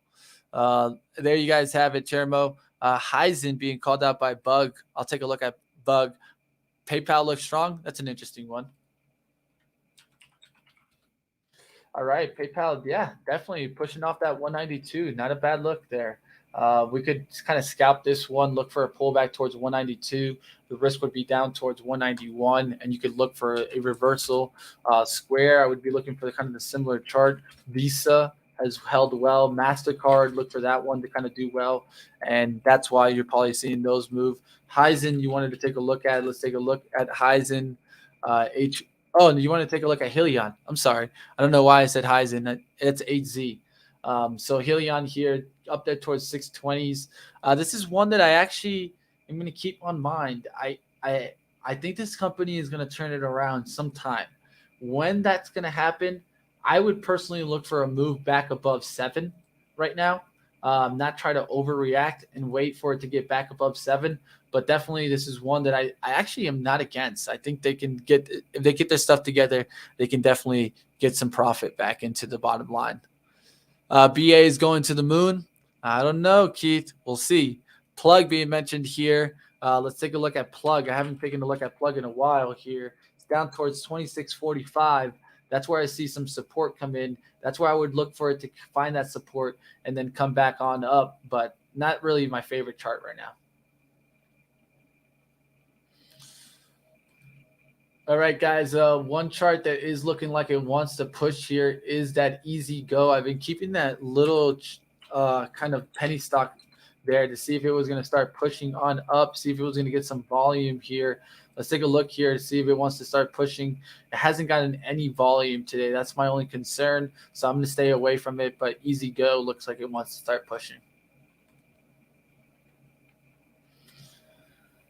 Residential construction having a good day today. Let's take a look at some of those. Lennar having a good day today. DHI, KBH having a good day today. We'll see if these can continue making moves on up. Toll Brother also up today. LVGN says T-Man. We were actually watching this one out the gates. We were going to see if it was going to continue to hold. It's actually pulled back from that push out. We'll see if this one can continue making moves on up and get back towards, I would say, above 1350s. You can start looking at this one for potentially a long. But the hourly consolidation is looking well. It's looking like it doesn't want to break down below this kind of wick here, 1304, and it wants to come back and take out 14. We'll see if it can get back up there. That's LGVN. LAZR was a stock that I traded today. Actually didn't get the profits that I was looking in this one, but we are starting to get a little bit of reversal. Could look for this one to get back through 18. Glad I got stopped out of this one right near break even. iSun being called out in the chat, and also LMT. All right, so Lockheed Martin, let's take a look at that. All right, Lockheed Martin, I expected to be up today. A lot of this has to do with kind of the aerospace and defensive stocks doing well right now. I'd be keeping an eye out on the 1 hour pattern. I think it's trading really well on that. You can see kind of that sideways action, some bottoming action here. So let's see if it can hold there, 360s, get back up there towards 362. But Lockheed definitely, I think, trading good on that hourly chart. Amir, how we doing out there? It's good to see you. I want to give some shout outs to some people in the chat, especially the new people that I'm seeing out there. That's what I always like to see. So Za Baird, appreciate you being in the chat. Buglog, I know that you've been here before, but appreciate you like always. Let's keep going. I see Mike Shaw in the house. What's up out there? T-Man. Looks like Sean Bailey. Kyle James, appreciate you out there. Walter Boylton. Definitely, you guys give us a thumbs up. Let's keep it going. Stocks all day. It's good to see some new people in the chat. Kyle James also talking about Procter & Gamble. PG, let's take a look here. All right, so Procter & Gamble value play, right, being put on. And boy, has this one been well and done well in December. Look how this one has performed in December. You don't see this often, but look at this stock. This stock is up almost 13%. This is why you got to be looking sometimes for that value play, and you can see Procter & Gamble getting definitely that lift. Icky says Ford will take over the EV market. I don't know about all that, but we'll see what happens on Ford. It's continuing up. We'll see if it takes out that 25 today, having a good day, good bounce back from that kind of suffering time that it did. Nikola coming on back down there. I personally wouldn't be trading this one. The only way I'm trading Nikola is to the downside. Baba up almost 5%. So definitely take a look at Baba. We'll see if this can continue going, but not a bad move there for Baba today. All right, some other stocks that are making moves. Let's take a look here. Sportsman Warehouse stock. This is kind of in the leisure. So we're talking kind of sporting goods here, trying to come back from this 1205. It's not really my favorite stock, though. It's gotten crushed lately. All right, catching up with the chat. What's going on out there, guys? Definitely smash the like button. Sean SEH. What's going on with SEH? We got him back on this one. All right. You know what? Let's set an alert right here, guys. If we get a move back above 10 on SEH, we can take another swing trade on it. We'll see what happens on that one. Don't forget you. Never, Sean. Never. Raul, it's good to see you in the chat. What's going on out there, man? Elite saying Meta. Meta is a slow mover. Are you actually talking about Meta or are you talking about Facebook? That's the interesting part. But definitely Facebook pulling back a little bit there and Meta pulling back a little bit. Stocks all day. That's what it's about, man. I got you. Shout out to you. All right. People always buy stocks when they're running up, but don't consider value plays when stocks go down. Yep, Kyle, it happens all the time. Quantum still talking about Nikola. All right. FSAIL contract April expiration. Not a bad one. Mitch, have you ever heard of Tesla getting into the phone biz? No, Baron, I haven't heard that. But, I mean, with their satellites, maybe they could get into that. But we're not talking about Tesla, right? It would be the kind of their different business. Mitch, check out SOPA. SOPA, says Brenda. Let's check out SOPA. SOPA. Society Pass Incorporated. Now, one thing I would tell you about SOPA is in a really hurting area right now. So a lot of times we do what? We do industry analysis, right? So we're in the technology sector and we're looking at software application. If we look at software application, it's one of my leading down scanners here. It's at down 1.71%, and there's some stocks here that have been getting absolutely toasted. I can pull out stock after stock, but you got to be careful right now with software infrastructure and software application. They're all going down right now, and it doesn't look good. It doesn't look like good environments. It looks like we kind of did a dead cat bounce and just want to crush down again on software application. So you got to be careful with some of those names like Asana, definitely getting hit hard there lately. And there's a lot of these software applications that have been getting destroyed. Let's take a look here at some of the worst ones of the day. GVP CIH Monday. We talked about this one yesterday to see what was going to go on. And the software stocks are just getting crushed there today. You could have been shorting near that 300, getting over 40 points on that move today on Monday. What a nice trade there. Monday, a bad one there. MTC, CVT. Let's look at MSGM, AI. This is so many of these that are just getting destroyed. Riot still breaking on the downside. Freshworks breaking on the downside here. Hubs down 5% again, guys. Coop down. D-Dog down. ZI, Zoom Info's down. Hut down. There's so many of these that I'd be careful with these names. They don't look good. Maps down towards 566. This is one that I was looking forward to really break down also. Sprout Social. I think this one could get down all the way down towards maybe even 50, if not down towards $30. So just be careful with these software application ones. I really don't like them, but like always, do your own assessment. All right, guys, it's not being a player Q. Lemon has done me dirty. I can't imagine it being a player in the future. Yeah, I think Lemonade is a hard one definitely to keep following right now. Tesla's phone to be released in 2022. Hey, we'll take a look at that. Martin Contreras, I don't know. It's real estate. There's a lot of tax money coming in from overvalued real estate. So in the long run, I don't think prices will ever come back down. Yeah, that's true. I mean, houses prices, if for it to come down, we need some big turnarounds. I'm sure gold miners and getting killed. Is gold actually doing well right now? Let's take a look here. Gold, GLD, not having a bad day there, pushing on up. This one actually not a bad looking trade here. If you're looking for a longer term trade here, weekly chart has multiple bottoming actions here. You get back towards 20 and 25, but I never trade gold. Let's just be honest here. Let's take a look at the steel cliff. Biggest mover. This was the one that I gave out on Money Mitch yesterday at 4 p.m. Yes, you guys, I have a show called Money Mitch that I do every single day except on Thursdays. And what I do is I look out stocks that I'm looking for the next day. Cleveland Cliff was definitely one of those that we were watching to continue moving. X, of course, also one of those that was giving, and I was looking for a move, up towards this 27. It's still looking good there for the swing trade. I hope that some people were nailing that X in Cleveland Cliff.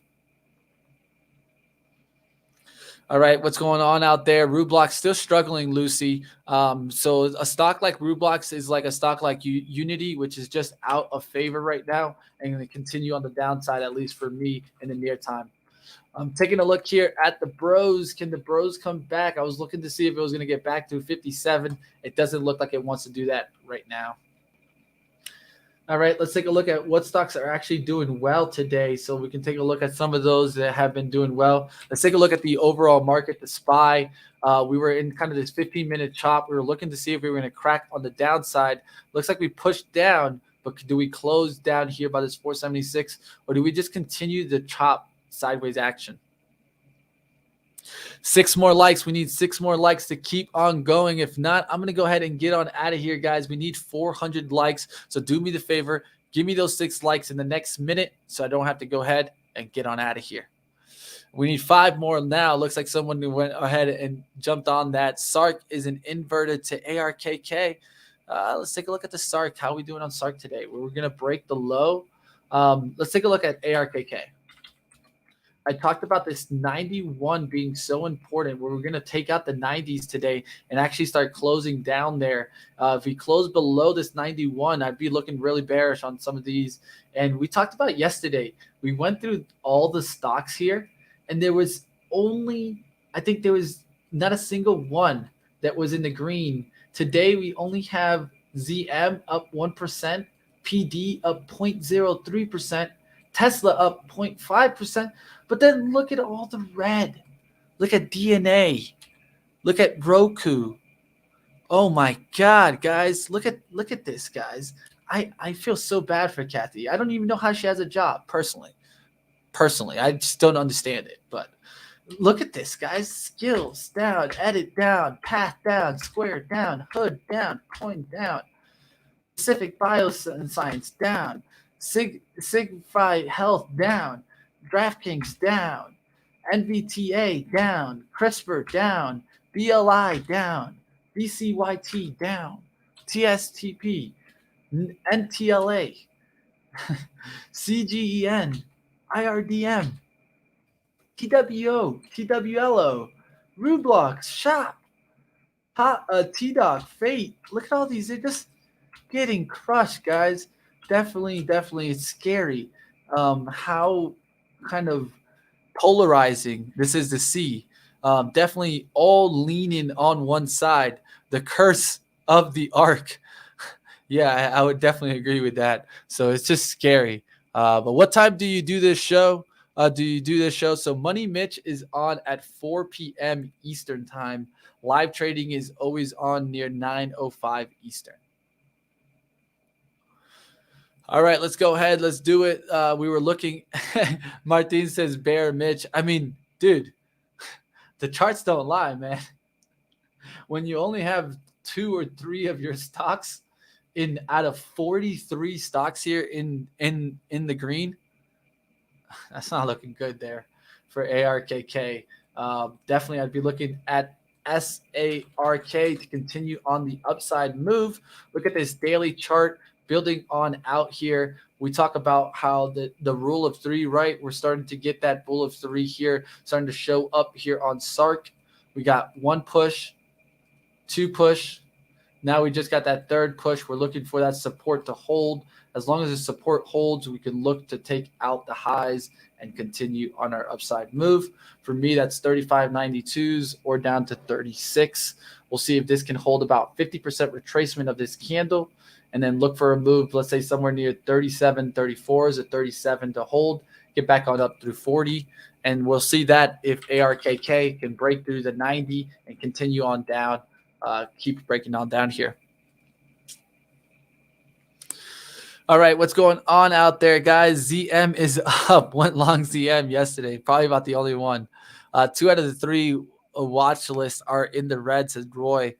9 out of 32 of my stocks are green today. I'm better than Kathy, says Kyle James. Yeah, you probably are. Your SARK chart looks off. Why does my SARK chart look off? I don't know. Let me know, Kevin. I first traded ARKK in February and got out a couple months later because started buying individual stocks thanks to Benzinga. So happy I did. Hey, well, power to you, Planet Cyclist. I hope that you were able to kind of figure out your own trading system. Kathy is not an iron leg. She turned iron and gold by planning a trade and buying in small chunks. She buys even if the stocks crashed 68.2% as she's got the money. Yes, you are right. But if you look at it, I know why you're calling that 68.2%. But if you look at it, there's stocks that have retraced past that 68%. She's not sticking to the Fibonacci ratio there, if that's what you're thinking there. But hey, we'll see. All right, let's keep going. AA inflationary trade. We'll see what happens on out there. That was been one of the best ones today. Let's take a look here. 1117. Did we get the likes, guys? 434. That's what I wanted to see there. Let's take a look at some of the basic materials that were one of the best. It's the best sector of the day. Pushing on up. We were looking for the inflation trade. Steel, definitely one of the best ones there. NUE is another one that we were looking for to continue on up. Look how I pointed out here. 1, 2, 3 highs, hold the support, break back out. Love the rule of 3, holding really well there on NUD. STLD, another one, Steel Dynamics. Look for this one to continue moving. Really like this chart, how it broke out from 65. That's what I'd be looking for pullbacks, and it does look good. STLD, just to mention another one. Aluminum, AA, beautiful day. We'll see if it can continue above 61. A close above 61 would get me bullish for it to continue going on up and maybe getting towards that 65. Coal having a good day today. I said watch BTU, right? Yesterday I said coal was having a struggling day, sideways day. We'd look for a high through 1163 to get on through on BTU. If you guys like those cheaper stocks, you're looking for a cheaper stock to trade, you don't have that much capital, I'd keep an eye on BTU. Love the way it trades. It goes a lot of times up, then it comes back towards an hourly support, touches it a couple times, holds above it, and then you see a nice little push out. I'd keep this one on watch, BTU. Let's see another one here, AREC, cheaper stock. You guys can take a look at. And we'll see if this one can continue making moves.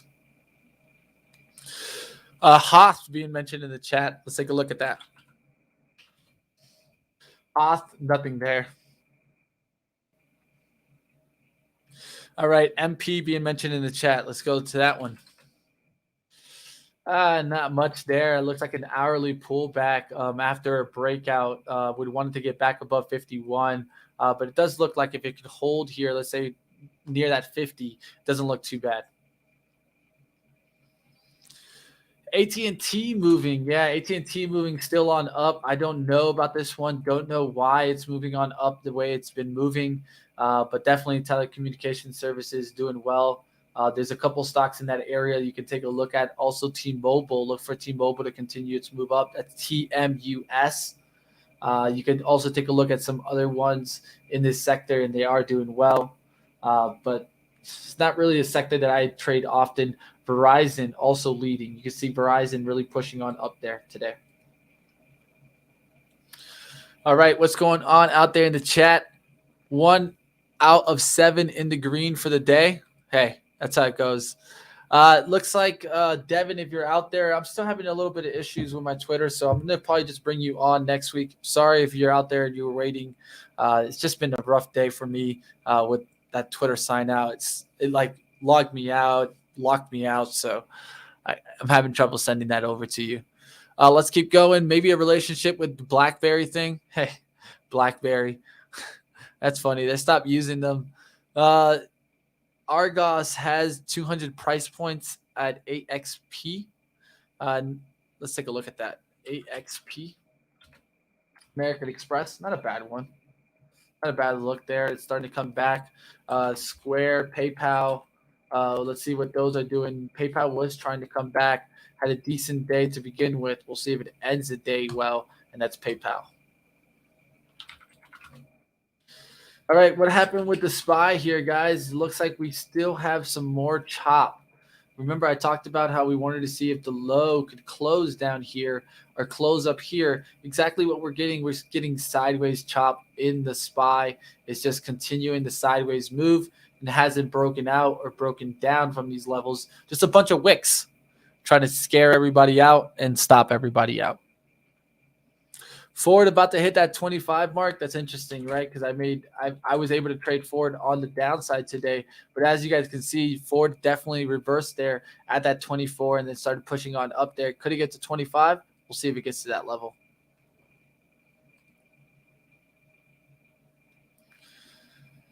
BlackBerry is a software company now. Yeah, and I don't think they're doing the best right now. Could you explain what kind of fund BIGZ is?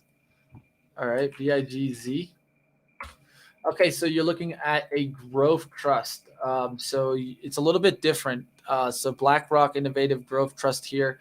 Let's take a look at the daily chart. What are we seeing? We're seeing some bottoming action by the 1450s. What's in this? The important part. Let's see if we can find what is in this trust. Doesn't look like I'm finding anything right now. Let me see here. Yes, looks like a private credit strategy. I would definitely take a look there. This is a little bit bigger than what I can look at right now. I'd have to go online, but this is one better probably for Google. Let's just say that. All right, what's going on out there? Crisp holding that 71 support. I can take a look at Crisp. Yeah, not really. I mean, not looking good. It looks like it wants to take out that low. I know that you're saying that it's holding that 71 support, but it really isn't right now. It needs to close there, and then we'll see how it holds there. But it looks like it wants to take out that low. Just be careful there. It doesn't look like the best chart, at least on the bullish side for me. Can you look at JZ, HOV, LOL? You can make a rap joke? Of course, JZ. HOV, let's take a look at that. Trying to get through that 120, hold the pullbacks here. Doesn't look like a bad chart, but then again, it doesn't just stand out to me to attack. Weekly chart has a little bit better. You can kind of see this last time it pushed again, but just not standing out to me to go after it.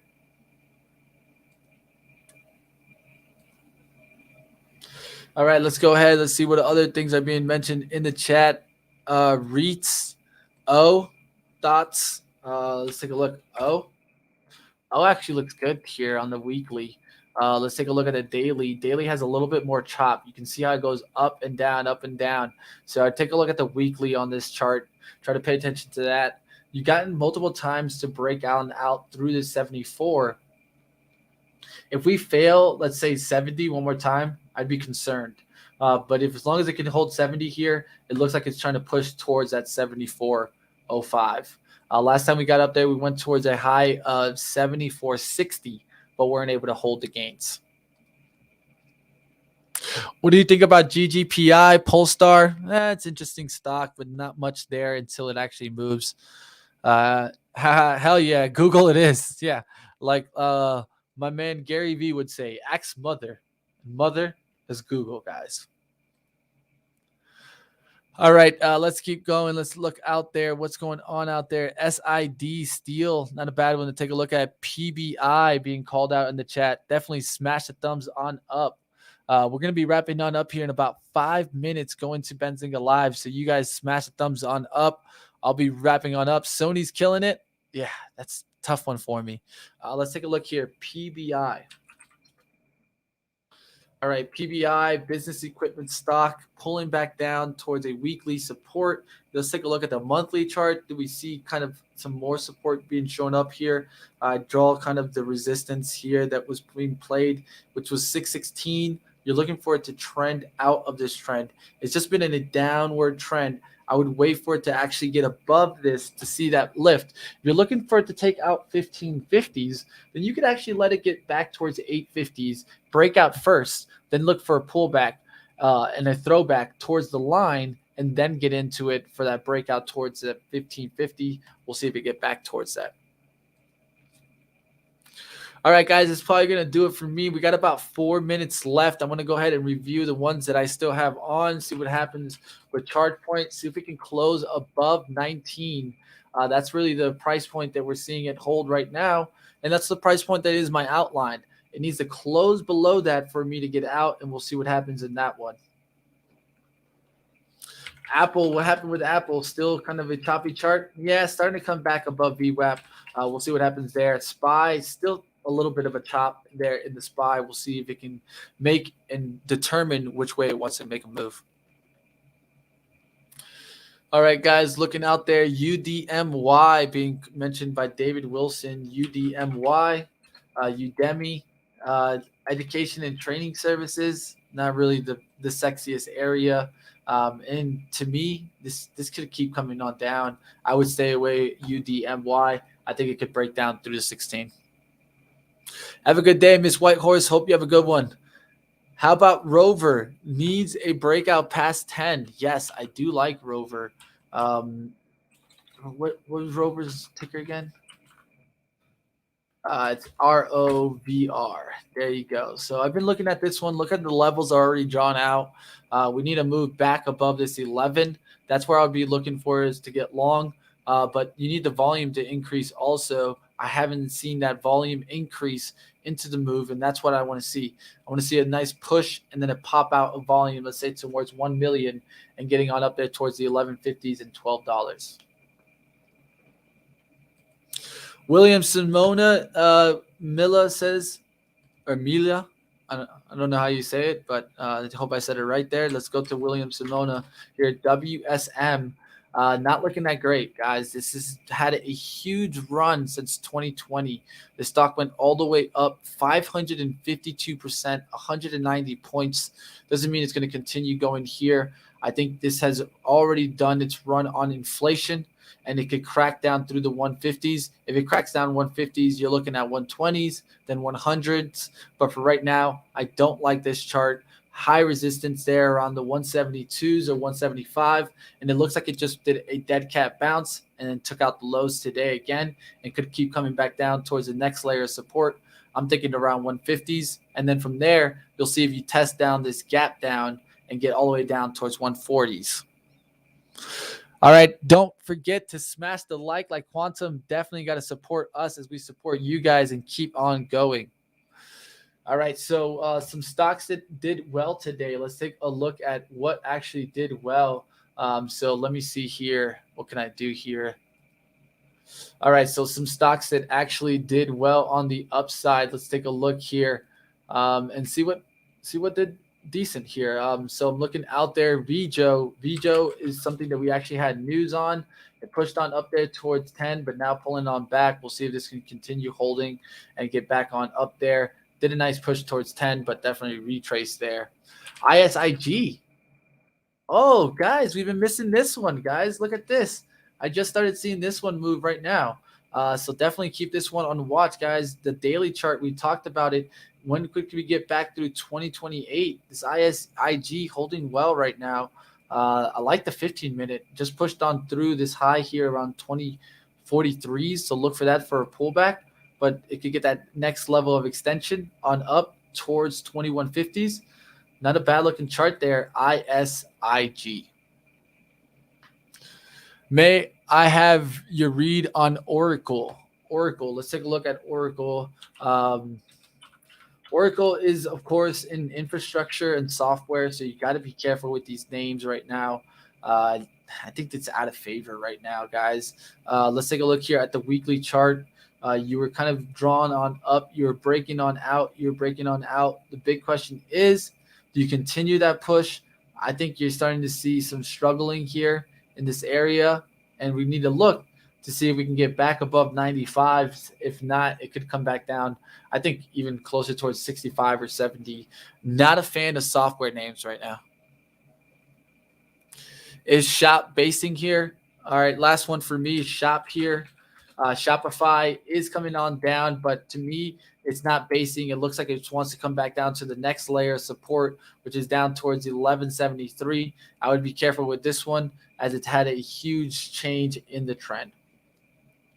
All right, guys, that's going to do it for me today. I hope you guys enjoyed live trading with us. Like always, guys, smash the like. One day, I'll tell you we will get that $1 million.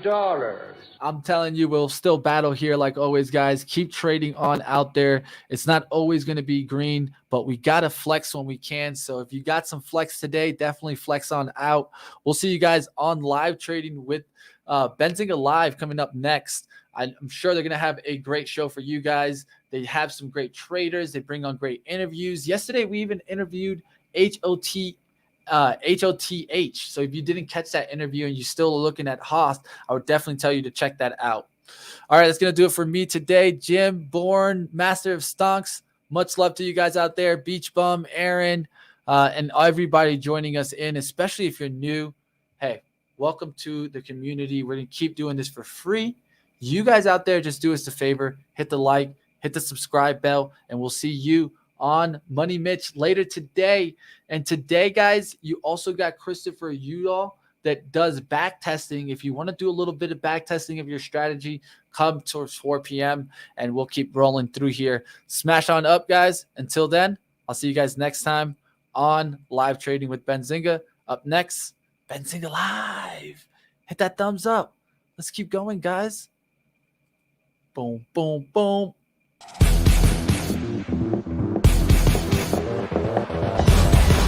Winner, winner, winner, chicken dinner. Those words have been dancing around my head all night. Oh, it's Vegas law. That phrase. Kiana. Fisher. Choi. Joe.